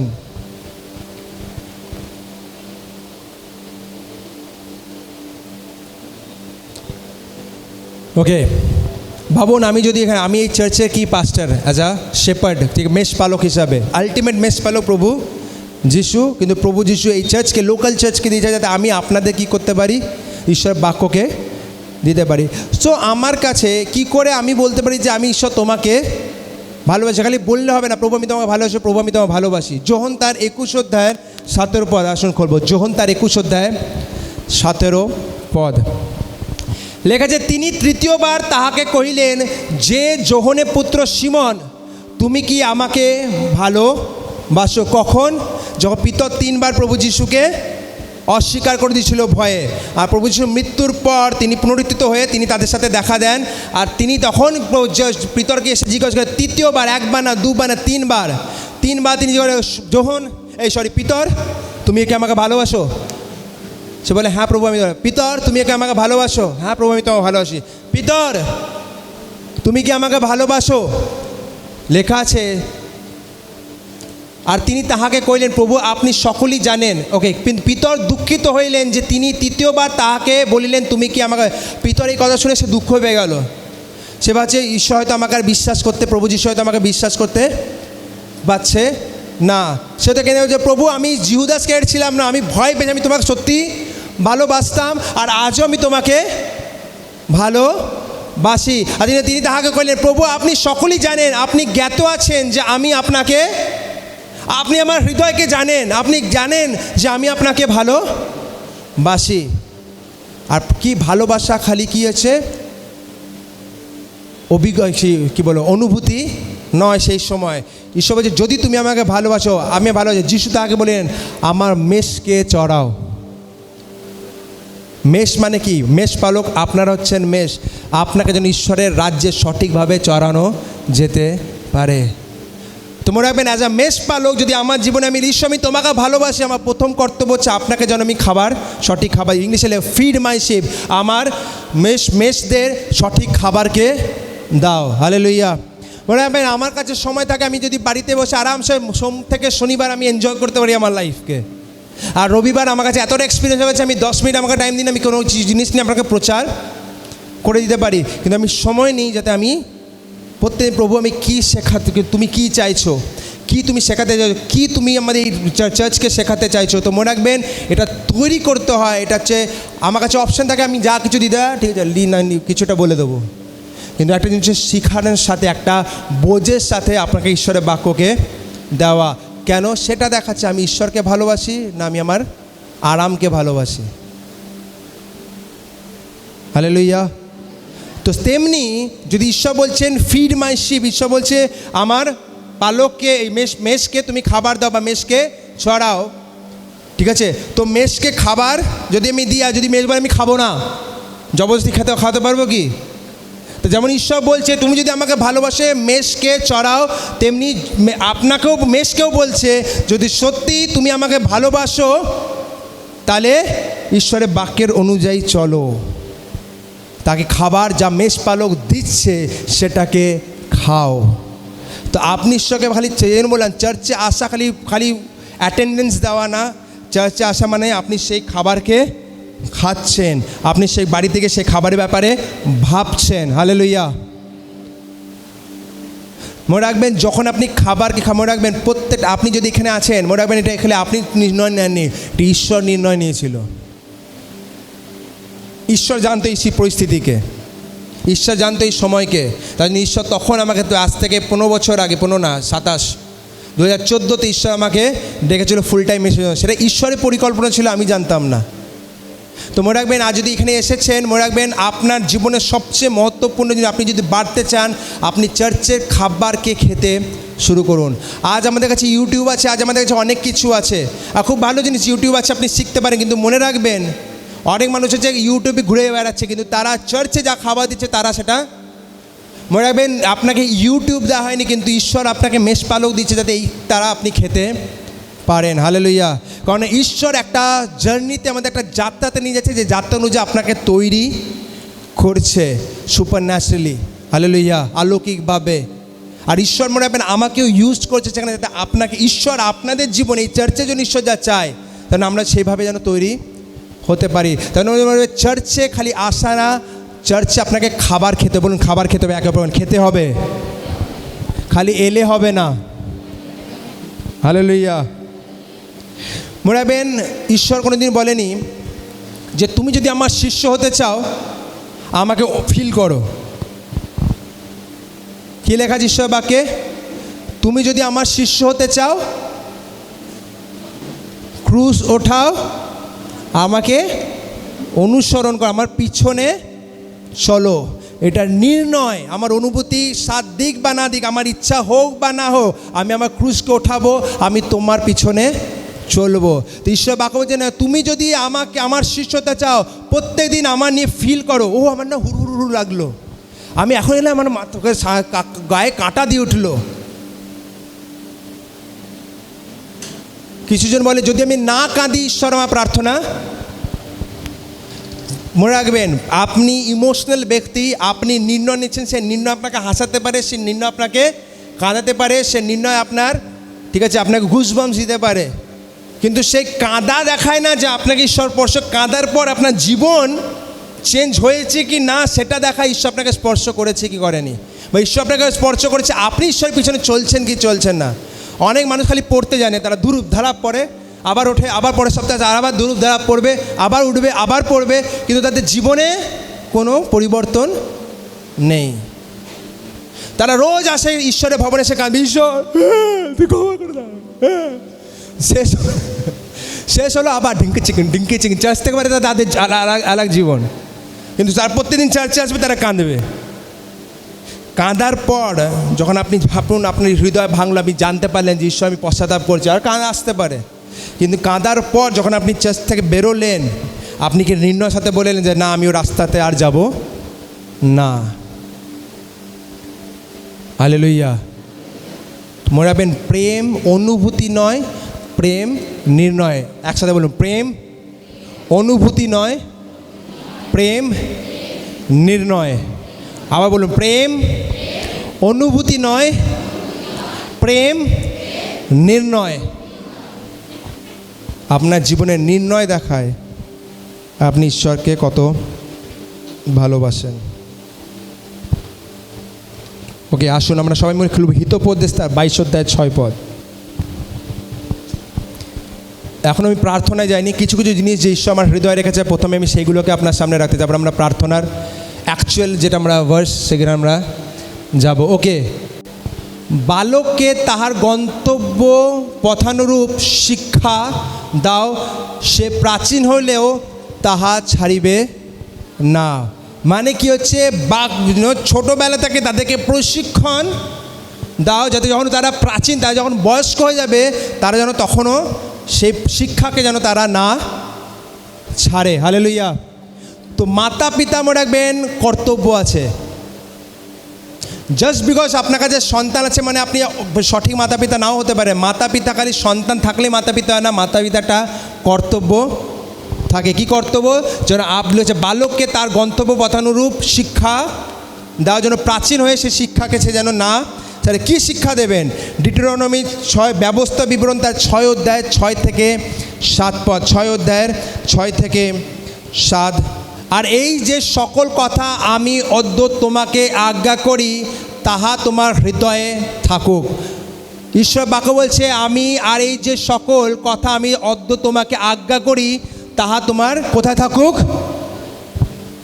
মাথায় না, হৃদয়ে। তো ঈশ্বরের বাক্যকে যদি আপনি এক উত্তম মাতা পিতা হতে চান তা আপনাকে প্রথমে ঈশ্বরের বাক্যকে নিজের হৃদয়ে রাখতে হবে। তারপর লেখা আছে আর তোমরা প্রত্যেকে আপন আপন সন্তানগণকে এ সকল যত্নপূর্বক শিক্ষা দেবে। যত্নপূর্বক শিক্ষা দেবে এবং গৃহে বসিবা কিংবা পথে চলিবার সময় শয়ন কিংবা গাত্রস্থানকালে ওই সমস্ত কথোপকথন করিবে। মানে কি? আপনি এখানে আপনার হৃদয় রাখতে হবে, যখন আপনি শুচ্ছেন, যখন আপনি চলছেন, আপনার সন্তানকে আপনাকে ঈশ্বরের বাক্যকে কী করতে হবে? শেখাতে হবে। হালেলুয়া। ইংলিশে লেখা আছে diligently, and those words which I command you today shall be in your heart and you shall teach them diligently to your children. ঠিক আছে? যত্নপূর্বক, যেটা বাংলায় লেখা আছে। হালেলুয়া। তোমরা ভাবেন যত্নপূর্বক এই ওয়ার্ডটা এসছে একটা হিব্রু, প্রথমে বাইবেল লেখা আছে ইব্রিয় ভাষায়, আর ইব্রিতে নাম হচ্ছে সানা। সানা মিনস কি হচ্ছে? ধার করা। ধার করেছেন? চাকু ধার করতে দেখেছেন? ধার করা এর মানে হচ্ছে অঙ্কিত করে দেওয়া, হৃদয়ের মধ্যে অঙ্কিত করে দেওয়া। এটা না অকেশনালি একদিন আপনি বাইবেল খুললেন বা একদিন ঈশ্বরের বাক্য বললেন বা সানডে স্কুল একদিন হলো আর সেখানে আপনি বাচ্চারা জানলো, ব্যাস। আপনাকে তারপর প্রত্যেক দিন আপনাকে কী করতে হবে? খোদাই করতে হবে না হৃদয়ের ভেতরে ঈশ্বরের বাক্যকে। প্রত্যেক সময় আপনাকে ঈশ্বরের যে নীতি, সে নীতিকে তাকে কী করতে হবে? শেখাতে হবে। একটা আগেকার জীবনে তলোয়ার দেখেছে, তলোয়ারে লড়াই হতো, তারা সিপাহী কী করতো? প্রত্যেক দিন কী করতো? তলোয়ারকে ঘষতো যাতে তলোয়ার ধারালো থাকে। ডিলিজেন্টলি বা যত্নপূর্বক যে হিব্রু ওয়ার্ড ইউজ করা হয়েছে, এটা মানে হচ্ছে আপনাকে আপনার তলোয়ার কী করতে? ধার করতে হবে। প্রত্যেক দিন আপনার বাচ্চাকে ঘষতে হবে, ঈশ্বরের বাক্যকে কী করতে হবে? শেখাতে হবে। Hallelujah, hallelujah. যখন আপনি ঘরে বসেন, সময় নিন নিজের সন্তানকে ঈশ্বরের বাক্যকে শেখান। যখন আপনি চলতে চলতে কোনো হয়তো কথা সে বললো, সেই কথাকে কথা বলতে বলতে আপনি তাকে ঈশ্বরের বাক্যকে শেখান। ভাবুন আপনার বাচ্চা বলে, বা আজকে আমি ওই ছেলেটা আমাকে খুব মারছিল, তারপরের দিন আমি তাকে মারবো। কী করতে হবে? আপনি শিক্ষা দিন, না, ক্ষমা করতে শেখো। কি আপনি ঈশ্বরের নীতিকে তার হৃদয়ের ভেতরে ধীরে ধীরে অঙ্কিত করতে হবে। হালেলুয়া। কেন আপনার মনে রাখবেন, আপনার জীবনের সবচেয়ে মেন, যদি 3 যোহন তার 4 পদ পড়েন, 3 যোহন তার 4 পদ লেখা আছে, I have greater joy than to hear that my children walk in truth. আমার কাছে খুশির খবর হবে যেন শুনবো যে আমার বাচ্চারা, সন্তানেরা ঈশ্বরের আমার সন্তান সত্যে চলো। ইহাগুলিতে যে আনন্দ হয় তদপেক্ষা মহত্তর আনন্দ আমার নাই। আমার সন্তানগণ কিসে চলো? আপনি আপনার সন্তানের কী ইচ্ছা মনে রাখবেন, আমি আমার জীবনে ঈশ্বর জানে আমার হৃদয়কে। আমি এটাই না সে বহু টাকা কামাক, এই কামাক, ওই কামাক। আমি চাই যেন ঈশ্বরকে সে জানে, যেন সত্যি জানে সে থাকে। সত্য থাকলে টাকা যা দিতে পারবে না সেটা দেবে, আর সত্যি থাকলে সে টাকাও কামিয়ে নেবে। কিন্তু সত্যি অনেক মানুষ আছে যে তারা তৈরি করে দিয়ে ডাক্তার, ইঞ্জিনিয়ার করে দিয়ে, কিন্তু তাদের চরিত্র সঠিক নয়। তারা এন্ড আপ করছে জেলে গিয়ে, তারা আলাদা আলাদা ঘুষ নিয়ে, তারা ঘুষে হেরে না, তারা এলে। তোমরা সত্যি ঈশ্বরের বাক্যকে খোঁজে। আপনার জীবনের সবচেয়ে মহত্বপূর্ণ ইচ্ছা এটা না, ও আমি পড়াশোনা করছি ভালো করে কাজ, আরে বাইবেল পরে প্রথমে পড়াশোনা কর। না, বাইবেল প্রথমে, যেন সে নীতিকে জানতে পারে। যখন নীতিকে জানবে, সে যখন সাকসেস পাবে, সে সাকসেসকে হ্যান্ডেল করতে জানবে, সে সফলতাকে পাবে। হালেলুয়া। মনে রাখবেন, একটা একটা এক্সাম্পল দিই। আজ আমাদের জেনারেশন আলাদা ছিল, আমার চেয়ে অনেক বয়স্করা আছে, তাদের জেনারেশন আরও আলাদা ছিল। আমরা যখন বাচ্চা ছিলাম তখন আমরা প্রথম মোবাইল আবিষ্কৃত হতে দেখেছিলাম। রিলায়েন্স একটা ছোট্ট মোবাইল থাকতো, ঠিক আছে। আর আমরা যখন 11-12 পাস করেছি, 11-12 আসার আগে আমরা এখনকার দিনে একটা কালচার ছিল মোবাইল কেউ পেতো না। 12-এর পরেই সব কলেজে যাওয়ার সময় আমরা মোবাইলকে পেতাম। আর সেই মোবাইলে 3টে কাজ হতো: কল করা, মেসেজ হতো, হোয়াটসঅ্যাপ তখন জানতামই না কি, ঠিক আছে, মেসেজ। আর একটা তখন আমাদের সময় নতুন খুলেছিল FM, কানে লাগিয়ে গান শোনা। তখন আমাদের সময় নতুন সেটা, তার আগে সেটাও ছিল না তো তখন। কিন্তু আজ কি হচ্ছে, আজ মোবাইল খালি কলিং করার জন্য না, মোবাইল খালি মেসেজ করার জন্য, মোবাইলে পুরো কী বলবো, পুরো পৃথিবী সেই মোবাইলের ভেতরে আছে। আপনি যা ইচ্ছা তাই সেই মোবাইলের থ্রু অ্যাক্সেস করতে পারেন। হালেলুয়া। আর ভালো জিনিস কি হচ্ছে, আজ মোবাইলেও আপনি পড়াশোনা শিখতে পারেন। আজ টিউশন মোবাইল থেকেও আপনি পেতে পারেন। মোবাইলে অনেক ক্লাস আছে, AI অনেক ইমপ্রুভ হয়ে গেছে, অনেক কিছু আপনি মোবাইল থেকে পেতে পারেন। কিন্তু দুঃখের বিষয়, সেই একই জিনিস শয়তানও কিন্তু মোবাইল থেকে অনেক কিছু করতে পারে। আমাদের জীবনের আমরা 12-এর পর মোবাইলকে পেয়েছিলাম। আজ হয়তো ঠিক আছে, যেভাবে পড়াশোনা যেভাবে চলছে, হয়তো আপনি ক্লাস 8-9-এ বাচ্চাদেরকে মোবাইল দিয়ে দিচ্ছেন। কিন্তু মনে রাখবেন, সেই মোবাইলের কাছে পড়াশোনা না, তার কাছে মোবাইল কাছে সব কিছু অ্যাক্সেস হয়ে গেছে। শয়তানও সেই ডিভাইসকে ইউজ করতে পারে। তো মনে রাখবেন, আপনি যখন মোবাইল আপনার বাচ্চাদের দিচ্ছেন, আপনাকে এইটা রাখতে হবে, সে মোবাইলে সে কী করছে সেটাও আপনাকে খোঁজ নিতে হবে। সে মোবাইলে যে সে ইনস্টাগ্রাম হ্যান্ডেল করছে, সেই ইনস্টাগ্রামে সে কাকে মেসেজ করছে, কি মেসেজ করছে, কি সে দেখছে, সেগুলোকেও আপনাকে জানতে হবে। তার কাছে যে ইউটিউব আছে, ইউটিউবে সে কী জিনিস দেখছে, তার হিস্ট্রি আপনাকে কী করতে হবে, চেক করতে হবে যে সে কি দেখছে। ও না পাস্টার, আমি তো জানি না, আমি তো মোবাইল ভালোর জন্য। হ্যাঁ, আপনি হয়তো ভালোর জন্য দিচ্ছেন, কিন্তু অ্যাজ আ মাতা পিতা আমাদের কাজ হচ্ছে দেখা যে তারা কোন জায়গায় সেটাকে নিয়ে যাচ্ছে।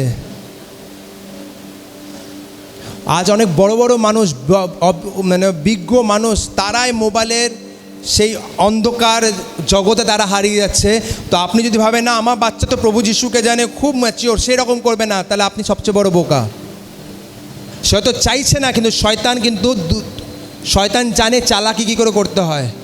সে হয়তো আপনি জানেন না, কিন্তু সে যখন স্কুলে যাচ্ছে তার বন্ধুরা বলছে তুই এটা জানিস না, আর সে বলছে না আমাকে একটু কুল দেখাতে হবে, আমিও জানি। তার জন্য সে যখন শুরু করছে, আস্তে তার জীবনে কি নেশা আসতে শুরু করছে।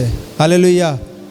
তো খালি মনে রাখবেন, এটা যদি আপনি ভাবেন যে আমি বাচ্চাদের মোবাইল দিয়ে দিয়েছি, মা আমার বাচ্চা খুব ভালো, হ্যাঁ আপনার বাচ্চা খুব ভালো, কিন্তু সেটাকে ভালো রাখার দায়িত্বও আপনার। কারণ মানুষ ম্যাচিওর হয়ে যদি পড়ে যেতে পারে, তো আপনি যদি ভাবছেন না আপনার বাচ্চা খুব স্মার্ট পড়বে না, তা আপনি সবচেয়ে বড় বোকা। আপনাকে একটা মনে রাখবেন, না ওদের তো একটা পার্সোনাল স্পেস থাকা দরকার না, বা ছোটো বাচ্চাদের পার্সোনাল স্পেসের দরকার নেই। ছোটো ভাইয়ের জন্য প্রত্যেকটা টাইমে আপনি গার্ডিয়ান, আপনাকে গার্ড করতে হবে। শয়তান যা নিয়ে আসছে আপনাকে ধরতে হবে। হালেলুয়া। সেটাকে আপনাকে আটকাতে হবে। আপনি জাস্ট বলে দেবেন না ঠিক আছে যা হচ্ছে হচ্ছেই হয়ে যাবে। আপনি যখন বীজকে বপন, কোনো কৃষক যখন বীজকে বপনে ফসল যখন উঠতে শুরু করে, কি হয়, তারা গার্ড করে যে কেন অন্য কোনো এসে যেন সেটাকে না নিয়ে যায়, বা কেউ যেন খেয়ে না চলে যায়। তেমনি আপনার বাচ্চার জীবনকেও কী করতে হবে, আপনাকে গার্ড করতে হবে। কারণ প্রত্যেক সন্তান সত্যি মনে হবে ঈশ্বরের থেকে কাছে আসা দান। আর সেই পুরস্কারকে আপনি কিভাবে ইউজ করছে দেখায় আপনি ঈশ্বরকে কতটা ভালোবাসেন। তো মনে রাখবেন, আপনার ছেলে মেয়ে হাতে খালি মোবাইল দিয়ে দিয়েছেন, ঠিক আছে খুব ভালো, কারণ আজকে দরকার পড়াশোনার জন্য, কিন্তু সেই মোবাইলকে আপনার প্রত্যেক দিন নোটিশে রাখতে হবে। পাঁচটা আমি জানি না ইনস্টাগ্রাম, জানুন বাচ্চার জন্য, যাতে সে বাচ্চা আপনাকে যেন ঘুরিয়ে না ফেলে। মা তো জানে না, আরামসে বুঝিয়ে দেবো। আপনাকেও টেকনোলজিকে জানতে হবে, যাতে আপনি আপনার বাচ্চাকে বাঁচাতে পারেন। তৃতীয় দিনে একটা কথা আমি বলছি, যেটা আমি অনেক দিন দেখতে পাচ্ছি, সবাই না কিন্তু কিছু জন, ঠিক আছে, শয়তানের প্রলোভনে সেগুলো করতে পারে, কেন তারা বাচ্চা, তারা ম্যাচিওর নয়, ঠিক আছে।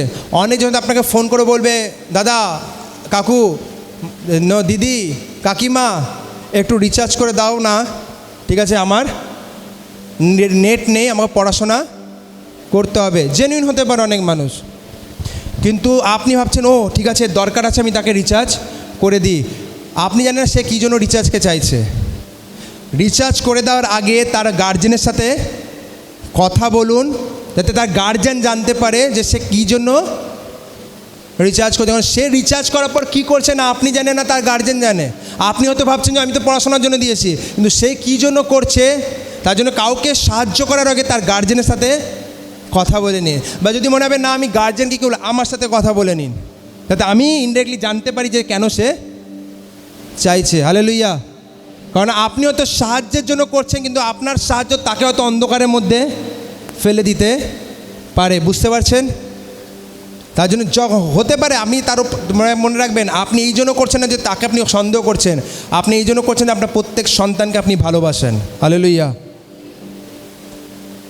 কাউরির সন্তানও মনে রাখবেন আপনারও সন্তান, মানে একটা পরিবার। তো পরিবার প্রত্যেকজনের সন্তান আমাদেরও সন্তান, আর আমরা যেন একে অপরকে দেখি ও কী করছে আরও কর না, কী করছে তো আমাকে তাকে বাঁচানো দরকার। হালেলুয়া। তো মনে রাখবেন এরপর থেকে সাহায্য করার আগে কোনো বাচ্চাদের তার গার্জেনের সাথে কথা বলুন যে কেন, সত্যি কি তার দরকার। যদি দরকার হয় নিশ্চয় সাহায্য করুন, যদি তার মা বাবা জানে যে না, একদমই করবেন না। কারণ তারা ম্যাচিওর না, তারা পরিপক্ক নয়, তাদের কাছে আপনি ম্যাচিউরিটি এক্সপেক্ট করতে পারবেন না। তার জন্য কিছু দেওয়ালকে রাখা খুবই দরকার। Hallelujah, hallelujah. বুঝতে পারছেন? আমি খুব আস্তে আস্তে যাচ্ছি যাতে জিনিসগুলোকে আপনি বুঝতে পারেন। আমরা এখনও পর্যন্ত মেন প্রচারে আসিনি, প্রার্থনা।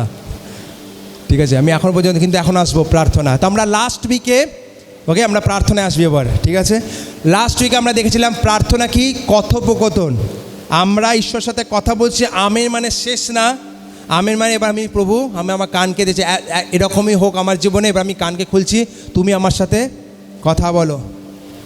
লাস্ট চিজ আজকে আমরা প্রার্থনার ব্যাপারে দেখবো, তারপর আমরা প্রার্থনা আলাদা জিনিসে যাব আরও গভীরে। কিন্তু প্রার্থনা কি? প্রার্থনা হচ্ছে প্রার্থনার দ্বারা আপনি ঈশ্বরের সেই গুপ্ত স্থানে পৌঁছান। হালেলুয়া। ঈশ্বরের সেই গুপ্ত স্থানে মানে কি? গীত সংহিতা তার 91 অধ্যায়ের 1 পদ যদি দেখেন, গীত সংহিতা তার 91 অধ্যায় 1 পদ, জলদি একটু বার করো, জলদি তাড়াতাড়ি। যে ব্যক্তি পরাৎপরের অন্তরালে গুপ্ত স্থানে থাকে, সে সর্বশক্তিমানের ছায়াতে কি করে? বসতি করে। হালেলুয়া। তো প্রার্থনা কি করে? আপনাকে সেই অন্তরালে কি করে? প্রবেশ করে, আপনাকে সেই গুপ্ত স্থানে প্রবেশ করায়, যাতে আপনি সর্বশক্তিমানের ছায়াতে সবসময় থাকতে পারেন। ঠিক আছে, সে অন্তরালে থাকতে বলেছে, যা যেতে ভিজিট করে চলে আসতে বলেনি, আপনাকে থাকতে বলেছে, থাকতে হবে। যারা সে প্রার্থনা দ্বারা আপনি সেই জায়গায় কী করতে পারেন? বসতি করতে পারেন, বাস করতে পারেন, ঘর বানাতে পারেন। আপনার কাজ হচ্ছে আমরা যেন সেই ঈশ্বরের সেই গুপ্ত স্থানে যেন আমরা থাকি। এটা না যে আপনি কত ঘন্টা প্রার্থনা করেন, ভালো, আপনি 2 ঘন্টা প্রার্থনা, 3 ঘন্টা প্রার্থনা করুন। প্রশ্ন হচ্ছে সেই প্রার্থনাকে আপনি ঈশ্বরের সাথে সাক্ষাৎকার হলো আপনার? সে প্রার্থনা জাস্ট বলার জন্য প্রার্থনা করলেন না, ঈশ্বরের সাথে ঈশ্বর আমি সন্তুষ্ট হলাম, তখন আপনি ফেরত আসুন। এটা না কত ঘন্টা আপনি প্রার্থনা করেন, যখন আপনি প্রার্থনা করছেন আপনার হৃদয় কি সমর্পিত আছে? আপনার হৃদয় কি বলছে, ঈশ্বর তুমি আমার সাথে কথা বলে, আমি সমর্পণের হৃদয়ের সাথে আমি তোমার কাছে এসেছি প্রভু, তুমি যা বলবে সেই অনুযায়ী চলবো। এই অন্তরাল বা গুপ্ত স্থান এটা কোনো মেটাফার না, ঠিক আছে? এটা কোনো জাস্ট বলার জন্য বলেন, বা এটা কোনো সাহিত্যিক ভাষা নয়, এটা সত্যি রিয়েল, অ্যাকচুয়ালি আত্মিক স্তরে এরকম স্থান ঈশ্বর রেখেছে। যদি মথি তার 6 অধ্যায়ের 5 পদ অনওয়ার্ডস, এটা বলে আমরা শেষ করব। মথি তার 6 অধ্যায়ের 5 থেকে আমরা শুরু করব। লেখা আছে, আর তোমরা যখন প্রার্থনা করো, কখন? তোমরা বলুন তো, আমরা যখন প্রার্থনা করি তখন কপটীদের ন্যায় হইও না। মানে কপটীরাও প্রার্থনা করতে পারে। কী করে জানবেন যে আপনার প্রার্থনা কপট বা কাউরি প্রার্থনা কপটীদের মতো কি নয়? কারণ তাহারা সমাজগৃহ পথের কোণে দাঁড়ায়া লোক দেখানো প্রার্থনা করিতে। তারা প্রার্থনা কেন করে? যেন তারা লোককে দেখাতে, ও আমি কত পবিত্র, দেখ কত ঘন্টা প্রার্থনা, শিখে যাবি, আমি তো দিনে 5 ঘন্টা প্রার্থনা করি। আমি সবাইকে ফুলি বলতে 5 ঘন্টা প্রার্থনা করি, 5 ঘন্টা, আমি 5 ঘন্টা প্রার্থনা করি। কী হচ্ছেন? আপনি লোককে দেখানো হচ্ছে। সেই প্রার্থনা কি? কপটীদের সে প্রার্থনা আপনি কোনোদিনও গুপ্ত স্থানে যেতে পারবেন না। ঠিক আছে, তারপরে হচ্ছে আমি তোমাদের সত্য বলেছি তাহারা আপনাদের পুরস্কার পেয়ে গেছে। যারা শোনো রে, আমি 5 ঘন্টা প্রার্থনা করি, তুমি কত ঘন্টা? তো যারা এইটা করছে মনে রাখবেন তারা পুরস্কার, কি পুরস্কার? বাপ রে বাপ, কি প্রার্থনা করে, ব্যাস পুরস্কার আপনি পেয়ে গেছেন। কিন্তু তুমি যখন প্রার্থনা, ঈশ্বর বলছে এবার কপটি, এবার তুমি যখন প্রার্থনা করো তখন তোমার অন্তরাগারে প্রবেশ করিও, সিক্রেট রুমে, প্রাইভেট লাইফ, বাহ্যিক জীবন না যেখানে লোকে দেখছে, সিক্রেট প্রাইভেটলি তুমি কি করছো? অন্তরাগারে প্রবেশ করিও, আর দ্বার রুদ্ধ করিয়া তোমার পিতা যিনি কোথায় বর্তমান? গুপ্ত স্থানে, গোপনে, অন্তরালে যিনি, মানে এটা একটা স্থান যেখানে ঈশ্বর বিরাজমান, গুপ্ত স্থানে বর্তমান, তাহার নিকটে প্রার্থনা করিও, তাহাতে তোমার পিতা যিনি গোপনে দেখেন তিনি তোমাকে ফল দেবেন। হালেলুয়া। এখানে বাংলা একটা জিনিস, তারা তোমাকে ওপেন, ইংলিশে লেখা আছে, তারা যখন গোপনভাবে দেখেন তিনি তোমাকে প্রকাশ্যে ফল দেবেন। হালেলুয়া। তো মনে রাখবেন সবচেয়ে বড় শত্রু এই অন্তরাগারে যেখানে আপনাকে প্রবেশ করতে দেয় না, সেটা হচ্ছে যখন আপনি লোকেদের দেখানোর জন্য বা লোকের অনুযায়ী যখন চলতে শুরু করেন। ডিজায়ার, একটা ইচ্ছা থাকে যেন লোকে আমাকে চেনে। যদি এই ইচ্ছা আপনার জীবনে থাকে আপনি অন্তরাগারে কোনোদিনও প্রবেশ করতে পারবেন না। কারণ লোক আজকে আপনার ব্যাপারে একটা কথা বলবে, লোক কালকে আপনার ব্যাপারে। প্রভু যিশুকে যেই লোকেরা বলছে হোসানা হোসানা, কিছু ঘন্টা পরে ক্রুশে চড়াও ক্রুশে চড়াও। এটা সবচেয়ে বড় উদাহরণ যারা লোকের পিছনে চলে। আর যেই লোক আপনাকে ভালো বলছে, কিছুদিন ঋতু চেঞ্জ হোক আপনার ব্যাপারে খারাপ বলবে, আবার ঋতু চেঞ্জ আপনার ব্যাপারে আবার। দেখেছেন সবাই হু হু করেছেন, করছে, মানে সবাই এক্সপিরিয়েন্স করেছেন যে লোক কোনোদিনও এক রকমের থাকে না, পরিস্থিতি অনুযায়ী তারা বদলাতে থাকে। যদি লোকের পিছনে যদি আপনি যান, লোকের কি বলে সম্মতির পিছনে যদি যান, আপনার জীবনে কোনোদিনও শান্তি থাকবে না। শান্তি অনেক দূরে থাকবে, শান্তি আপনাকে দেখে পালাবে। কিন্তু যদি আপনি বলেন যে না প্রভু, আমি তোমার প্রাইভেট গোপনাগারে আমি থাকতে চাই, আমি তোমার গোপনে জানতে চাই, হালেলুয়া, আমি তোমার গোপনে, আমি এটা চাই না যে লোকে আমার ব্যাপারে কী বলে, আমার কাছে এটা চাই ঈশ্বর তুমি আমার ব্যাপারে কি বলছো। মনে রাখবেন তারা সে অন্তরাগারে প্রবেশ করবে। আসুন সবাই মিলে গালাতীয় তার 1 অধ্যায় 10 পদ, গালাতীয় তার 1 অধ্যায় 10 পদ লেখা আছে, আমি কি এখন মানুষকে লইয়াতেছি না ঈশ্বরকে? আর আমি কি মানুষকে সন্তুষ্ট করিতে চেষ্টা করিতেছি? যদি এখনও আমি মানুষকে সন্তুষ্ট করিতাম তবে খ্রিস্টের দাস হইতাম না। যদি আজও আপনার জীবনে এটা হচ্ছে আমি মানুষকে সন্তুষ্ট করব, মানুষকে সন্তুষ্ট করব, মনে হবে আপনি কোনোদিনও খ্রিস্টের দাস হতে পারবেন না। মনে রাখবেন মানুষরা প্রভু যিশুকে চায়নি, আপনাকেও ছাড়বে না। সবাই দিকে তাকান, যারা যারা ঘুমাচ্ছেন এইদিকে তাকান, যারা ঘুমাচ্ছেন না বেঁচে আছেন তারাও এইদিকে তাকান, ঠিক আছে? এইটা সব কিছু ভুলে যান, এইটা নিয়ে যান। কোনোদিনও নিজের জীবনে প্রার্থনা এটা করবেন না যে প্রভু আমার জীবনে যেন শত্রু না থাকে। আবার বলছি, কোনোদিন এইটা প্রার্থনা করবেন না যে প্রভু আমার জীবনে যেন শত্রু না থাকে। তার মানে এটা বলছি না, যেটা বলছি না সেটা ভাববেন না প্রভু আমার যেন আরও শত্রু দাও, না। আপনি চান বা না চান আসবে আপনার জীবনে, যদি আপনি ঈশ্বরের রাস্তায় চলেন। তো কোনোদিন এটা প্রভু কেন আমার জীবনে এত সমস্যা, কেন আমার লোকে আমার বিরুদ্ধে? যদি শত্রু না থাকে তাহলে সাক্ষী আসবে না, মনে রাখবেন। হালেলুয়া।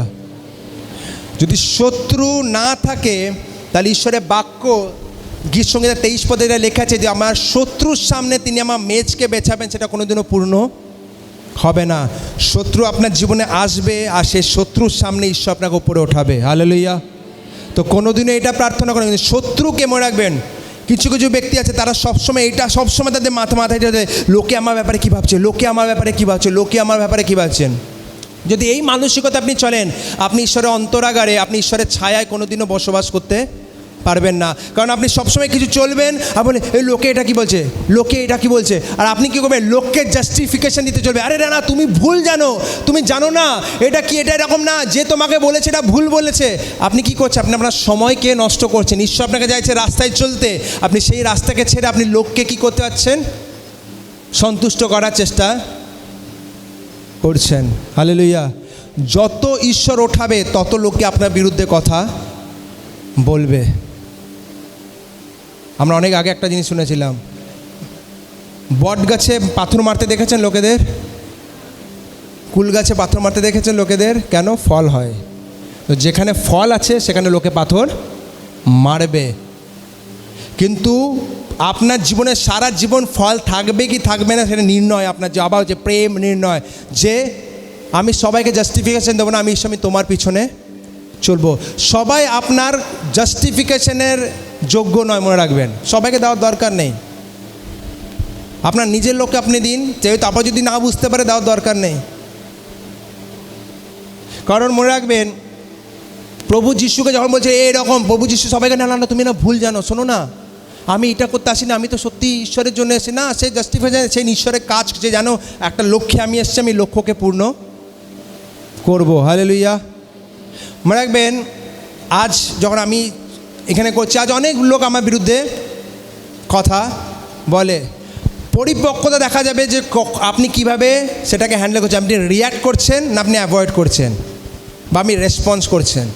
আজ যখন আমি লাস্ট টাইমে আমি যখন ঈশ্বরের বাক্যে ধর্মের ব্যাপারে বলছিলাম যে প্রভু যিশু খ্রিস্টানিটিকে, আপনি যদি কোনো কমেন্টে অনেক লোক কমেন্ট দিচ্ছে গালি, যখন স্টার্টিং ছিলাম কী করে দিল, আমিও মেসেজ করতাম যে কী আনেন আপনি, কোনো ডিলিট মারছি, সেটা অ্যাভয়েড।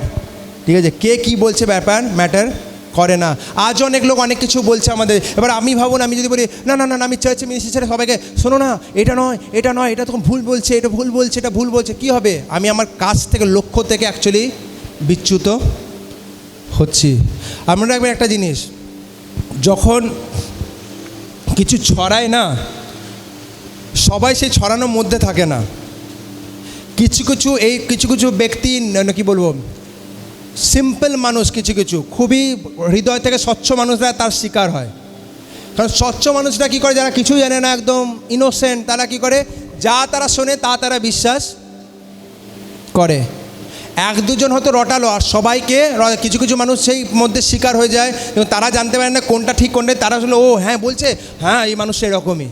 এবার আপনি ভাবুন, আপনার একজন দুজন আপনার বিরুদ্ধে প্ল্যান করে 5 জনকে ছড়াও, সে 5 জন কিন্তু আপনার ব্যাপারে কিছুই জানে না, কিন্তু সে 5 জন যে মানুষ ছড়ালো তার উপর বিশ্বাস করে আপনার ব্যাপারে সে 5 জন মানুষকে বললো, সেই 5 জন মানুষকে বললো। এবার আপনি যদি প্রত্যেকজনকে বলতে চান যে বলেছে মূল কথা, এটা কে বলছে এরকম নয়, আপনি যে সবাইকে প্রমাণ করতে শুরু করেন, আপনার জীবনে শান্তি থাকবে না। আপনি কোনো যা আপনার কাছে আছে সেটাকেও আপনি হারাতে শুরু করবেন। তাহলে নিজের জীবনকে গার্ড করতে শিখুন। মানুষের জন্য বাঁচবেন না। মানুষের জন্য যদি আপনি বাঁচেন, আপনি একটা এমন কী বলবো ভূমিতে আছেন, সেই ভূমিতে যখন তখন ভূমিকম্প হতে পারে ঘরকে। আপনার চিন্তা সবসময় থাকবে যে আমি যা করছি প্রভু তুমি কি ভাবছো। আপনার সাথে যদি 100 জন আপনার সাপোর্টে থাকে, কিন্তু আপনি যদি জানেন যে ঈশ্বরের বাক্য অনুযায়ী নয়, 100 জন আপনার এগেনস্ট হতে দিন। আর 100 জন আপনার বিরুদ্ধে কথা বলছে, ভালোভাবে ঘুমান যদি আপনি জানেন যে আমি ঈশ্বরের সাথে চলছি। একটা হিন্দিতে গান আছে, কুছ তো লোক কহেঙ্গে লোক কাম হে কেহনা, বাস এই অবধি, তারপরে আগে যাবেন না, ঠিক আছে? এইটুকুই, কুছ তো লোক কহেঙ্গে। কারণ লোকেদের কাজই হচ্ছে কিছু না কিছু বলা। আপনার কাজ হচ্ছে ঈশ্বর কি বলছে, ঈশ্বর আমার ব্যাপারে কি সাক্ষী দিচ্ছে। 100 লোক ভালো কথা বলছে, কিন্তু ঈশ্বর যদি বাজে সাক্ষী দিচ্ছে, আপনার ঘুম ভেঙে যাওয়া উচিত। আর ঈশ্বর যদি আপনার জীবনে সঠিক সাক্ষী দিচ্ছে, বাকি লোককে বলতে দিন।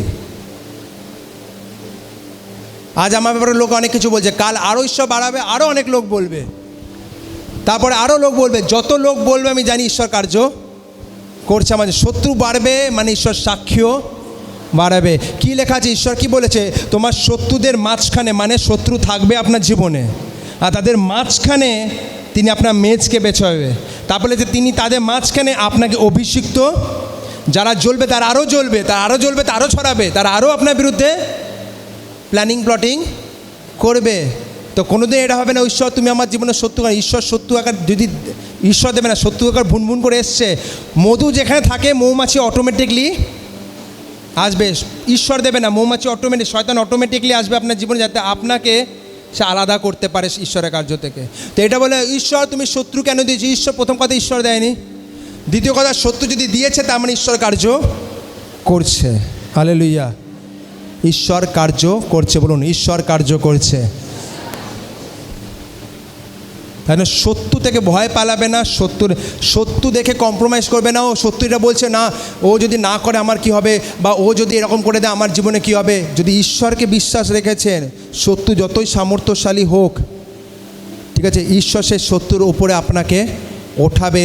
কিন্তু তার জন্য আপনাকে নির্ণয় নিতে হবে যে আমি শত্রুর অনুযায়ী চলবো না আমি ঈশ্বরের অনুযায়ী চলবো। আমি শত্রুর কথা শুনে আমরা ভয় পেয়ে বসে যাব, বা শত্রুর কথা শত্রুর অনুযায়ী চলতে শুরু করব শত্রুকে প্লিজ করার জন্য। না হলে যাই শত্রু যতই সামর্থ্যশালী হোক, ঈশ্বর আমার পিছনে আছে। সে হয়তো কিছুদিন আমার জীবনে কষ্টকে নিয়ে আসতে পারে, কিন্তু মনে রাখবেন যদি আপনি ঈশ্বরের সাথে চলেন, at the end of the day জয় আপনি আপনার জীবনে দেখবেন। হালেলুয়া।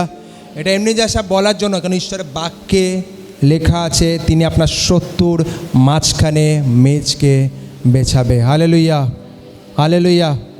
আচ্ছা আমরা সবাই দাঁড়িয়ে যাবো। রালাবা সারিয়ান্তার আলাবা হরিলাবা শিখালাবা রান্তার আলাবা সারিয়ন্তর লব হোড়াবালাবা শিখালাবা রেয়ান্তর লব সাবালাবা রান্দের এলেবে হোড়ালাবা শাখারিয়ন্তর লব।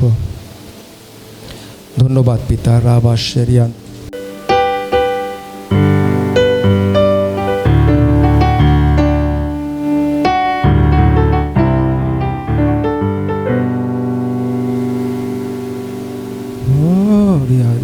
Shakarian.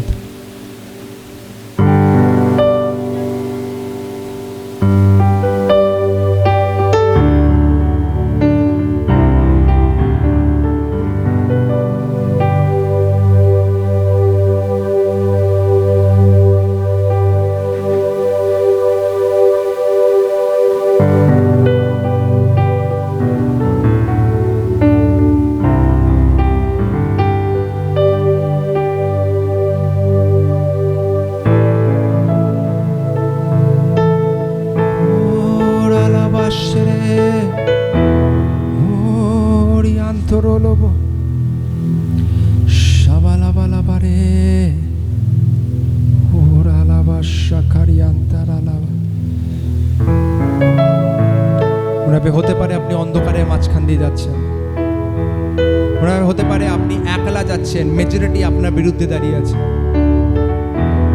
হতে পারে আপনার ভয় লাগতে পারে, কিন্তু আপনার নির্ণয় আমি ভয় পাবো না ঈশ্বর। হতে পারে আমি অন্ধকারচ্ছন্ন উপত্যকার মধ্যে দিয়ে যাই, কিন্তু আমি হানি ভয় করব না, কারণ তুমি আমার সাথে আছো প্রভু। আমি নির্ণয় নিচ্ছি প্রভু, আমি ভয় করব না পিতা। হ্যাঁ পরিস্থিতি আছে আমাকে ভয় পাওয়াতে পারে, কিন্তু আমি ভয়ের মধ্য দিয়ে যাবো না। আমি নির্ণয় নিচ্ছি, আমি অনুভূতির দ্বারা না, তোমার বাক্যের সাথে চলবো প্রভু। কারণ তুমি আমার বল প্রভু, তুমি আমার ঢাল পিতা।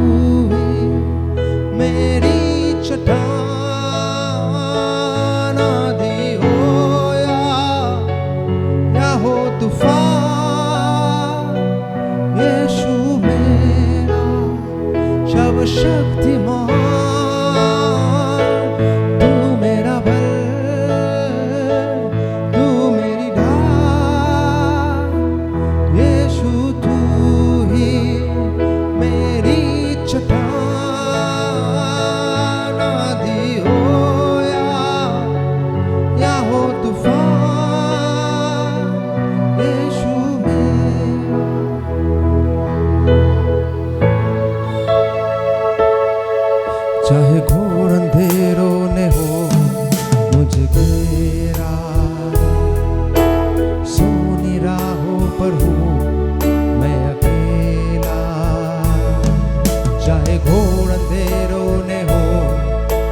घेरा, सूनी राहों पर हूँ, मैं ना डरूंगा, मैं ना डरूंगा, तू मेरा बल, तू मेरी ढाल। रिवर्ब डाउन, कीबोर्ड हो दिया।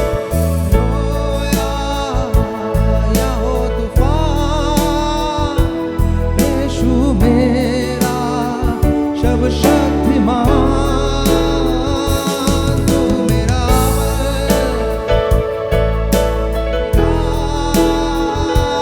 यीशु तू ही मेरी चट्टान। आंधी हो या हो तूफान, यीशु मेरा सर्वशक्तिमान।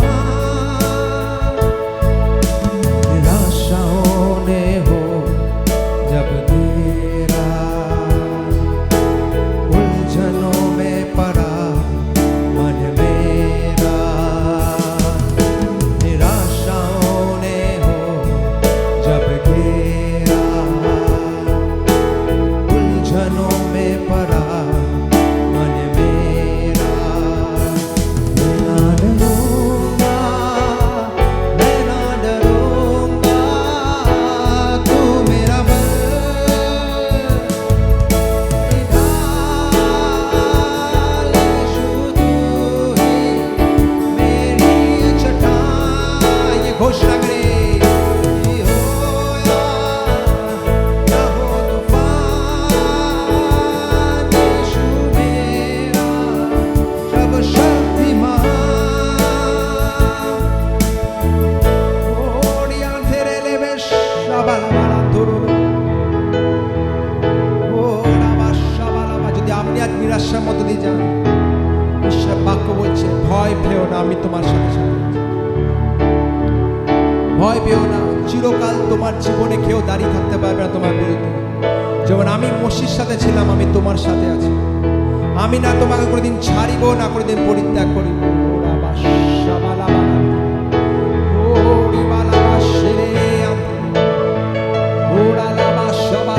প্রভু যিশুর নামে, প্রভু তোমার বাক্য বলে তোমার বেত্রাঘাতের দ্বারা আমরা সুস্থতা পেয়েছি। আর যারা যারা আজ রোগের মধ্যে দিয়ে আছেন, এই সময় আমি ঘোষণা পরিকল্পনা করব, কল্পনা করতে দেখুন যে সেই রোগ থেকে আপনি ঠিক হয়ে গেছেন, যা আপনি করতে পারছেন না আপনি করতে শুরু করে দিয়েছেন।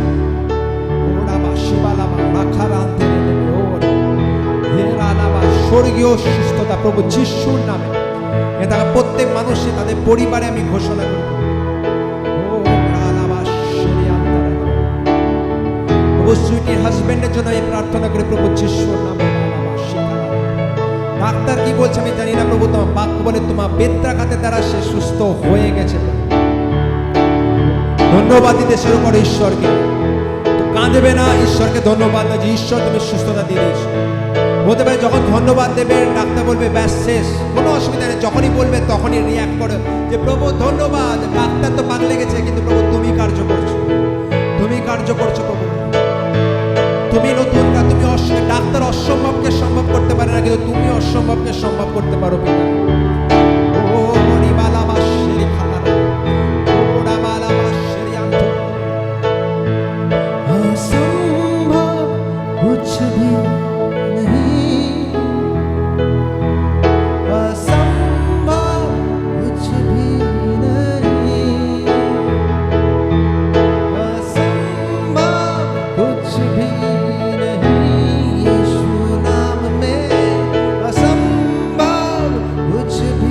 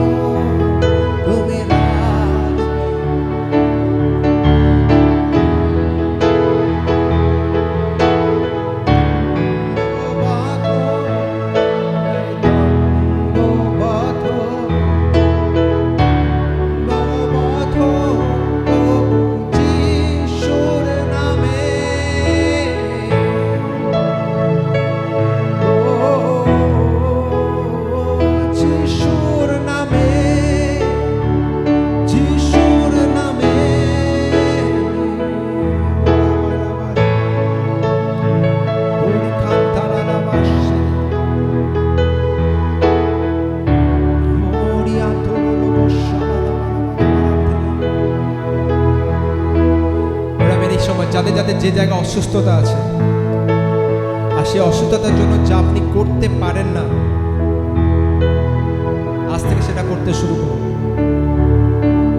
বলে, প্রভু আমি সুস্থ হয়ে গেছি, আমি তোমার বেত্রাঘাতের দ্বারা আমি সুস্থ হয়ে গেছি। যেখানে যেখানে আপনার ব্যথা আছে বা কোনো জায়গায় অসুবিধা আছে, আপনি সেই জায়গায় আপনি নিজের হাতকে রাখুন।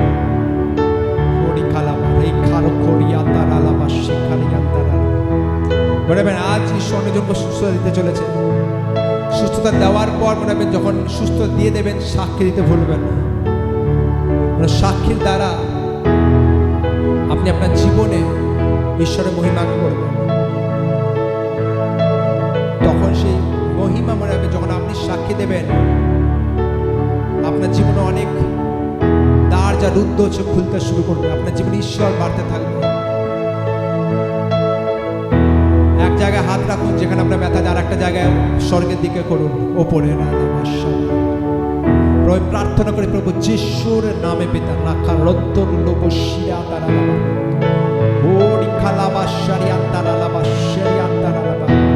প্রভু যিশুর নামে, প্রভু তুমি এই মুহূর্তে তোমার বাক্য বলে তুমি বলো আর হয়ে যাবে। প্রভু যিশুর নামে প্রভু আমি ঘোষণা করি পিতা, তোমার সুস্থতা যা তুমি ক্রুশে অলরেডি দিয়ে দিয়েছো, তোমার সুস্থতা যা তোমার বেত্রাঘাতে যা সুস্থতা প্রভু অলরেডি হয়ে গেছে, প্রভু যিশুর নামে যারা যারা হাত তুলে তাদের জীবনে আমি ঘোষণা করি। প্রভু যিশুর নামে অসম্ভবকে সম্ভব আমি ঘোষণা করি। প্রভু যিশুর নামে সুপার ন্যাচারাল হিলিংকে, সুপার অলৌকিক চমৎকারকে, অলৌকিক সুস্থতাকে প্রভু যিশুর নামে আমি ঘোষণা করি পিতা।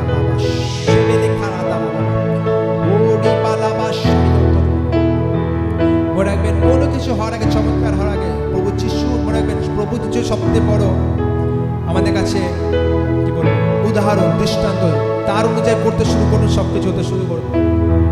মনে রাখবেন সেই দুটো মাছ, মাছটা দুটো মাছকে 10,000 লোককে খাওয়ানোর জন্য অজস্র বানানোর আগে প্রভু যিশু পিতাকে ধন্যবাদ দিয়েছিল। লাজারাস যখন সেই মৃত্যুর মুখে ছিল, কবরে ছিল, সে কবর ফেটে আসার আগে প্রভু যিশু প্রার্থনা করার আগে মনে রাখবেন প্রভু যিশু প্রথমে বলেছিল ধন্যবাদ পিতা। আমরা মনে রাখবেন যারা বিশ্বাসের সাথে এই মুহূর্তে মুখে ধন্যবাদ দিতে শুরু করবে, ধন্যবাদ পিতা সুস্থ করার জন্য, ধন্যবাদ পিতা প্রভু সেই শিকল যে এতদিন ধরে ছিল ভাঙার জন্য, ধন্যবাদ পিতা তোমার সুস্থতা তুমি আমাকে দিয়ে দিয়েছো পিতা। বিশ্বাসের সাথে মুখ খুলে ধন্যবাদ দিতে শুরু করবো, ধন্যবাদ দিতে শুরু করবো। ধন্যবাদ যা তুমি করতে পারছেন না সেটা দেখতে শুরু করবো, ধন্যবাদ পিতা। প্রভু আমি চলতে পারছিলাম কিন্তু আমি এখন চলতে পারছি প্রভু। ধন্যবাদ পিতা, আমার প্রেশার অনেক বেড়ে গেছিল কিন্তু আজ তুমি কমিয়ে দিয়েছো পিতা। প্রভু আমার সুস্থতা আমার ঘরে আছে প্রভু। আমি এখনই কিছু কিছু মানুষ এখনই সুস্থতা দেখবেন, কিছু ঘরে যেতে যেতে দেখবেন, কিছু কিছু মানুষ এই সপ্তাহে দেখবেন। কিন্তু একটা যদি আপনি দেখতে চান, ধন্যবাদ দেওয়া বন্ধ করবেন না, ধন্যবাদ দিতে থাকবেন। ধন্যবাদ পিতা তুমি আমাকে সুস্থ করে দিয়েছো।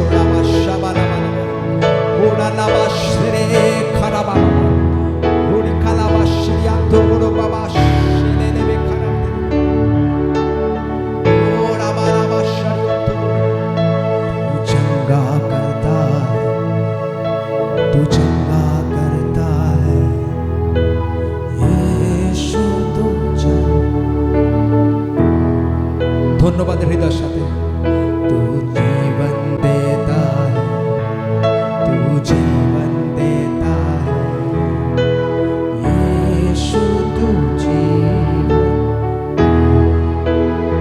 तू चंगा करता है, तू चंगा करता है यीशु, करता है, तू जीवन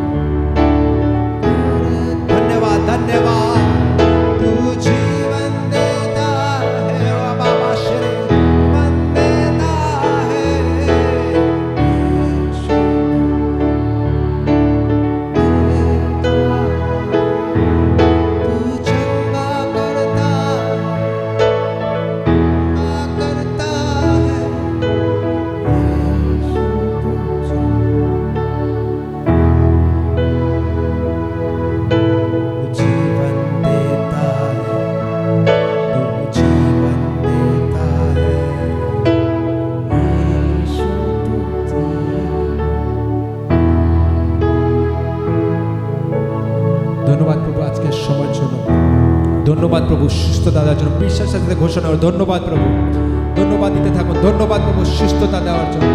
ধন্যবাদ প্রভু ধন্যবাদ প্রভু প্রত্যেক রোগ থেকে মুক্তি দেওয়ার জন্য। ধন্যবাদ প্রভু সেই রোগের শিকলকে তুমি ভেঙে দিয়েছো। ধন্যবাদ প্রভু আমার পরিবারে তুমি সুস্থতা এনে দিয়েছো। সেই ব্যক্তি যেমন বলেছিল যে প্রভু তুমি খালি বলে দাও হয়ে যাবে, প্রভু তুমি বলে দিয়েছো প্রভু, আর হয়ে গেছে পিতা। স্পর্শ তুমি করে দিয়েছো প্রভু, সুস্থ তুমি করে দিয়েছো পিতা। ধন্যবাদ প্রভু আজকে সময়ের জন্য। প্রভু তুমি এখানে প্রত্যেক মানুষকে তোমার বাক্যে বেড়াও, যাদের কাছে বাইবেল নেই তারা যেন প্রভু তৎপর হয় বাইবেল কেনার জন্য। বাইবেল সবচেয়ে বড় তো, যে তোমার বাক্যকে দিন রাত মনোনয়ন করবে তাকে কোনো জিনিস আটকাতে পারবে না, সাকসেস হতে। ধন্যবাদ দিব সবাইকে তোমাদের সমর্পণ করে এই বিনতি প্রভু যিশুর মধুর নামে চাই। সবাই বলবো আমেন, হালেলুয়া।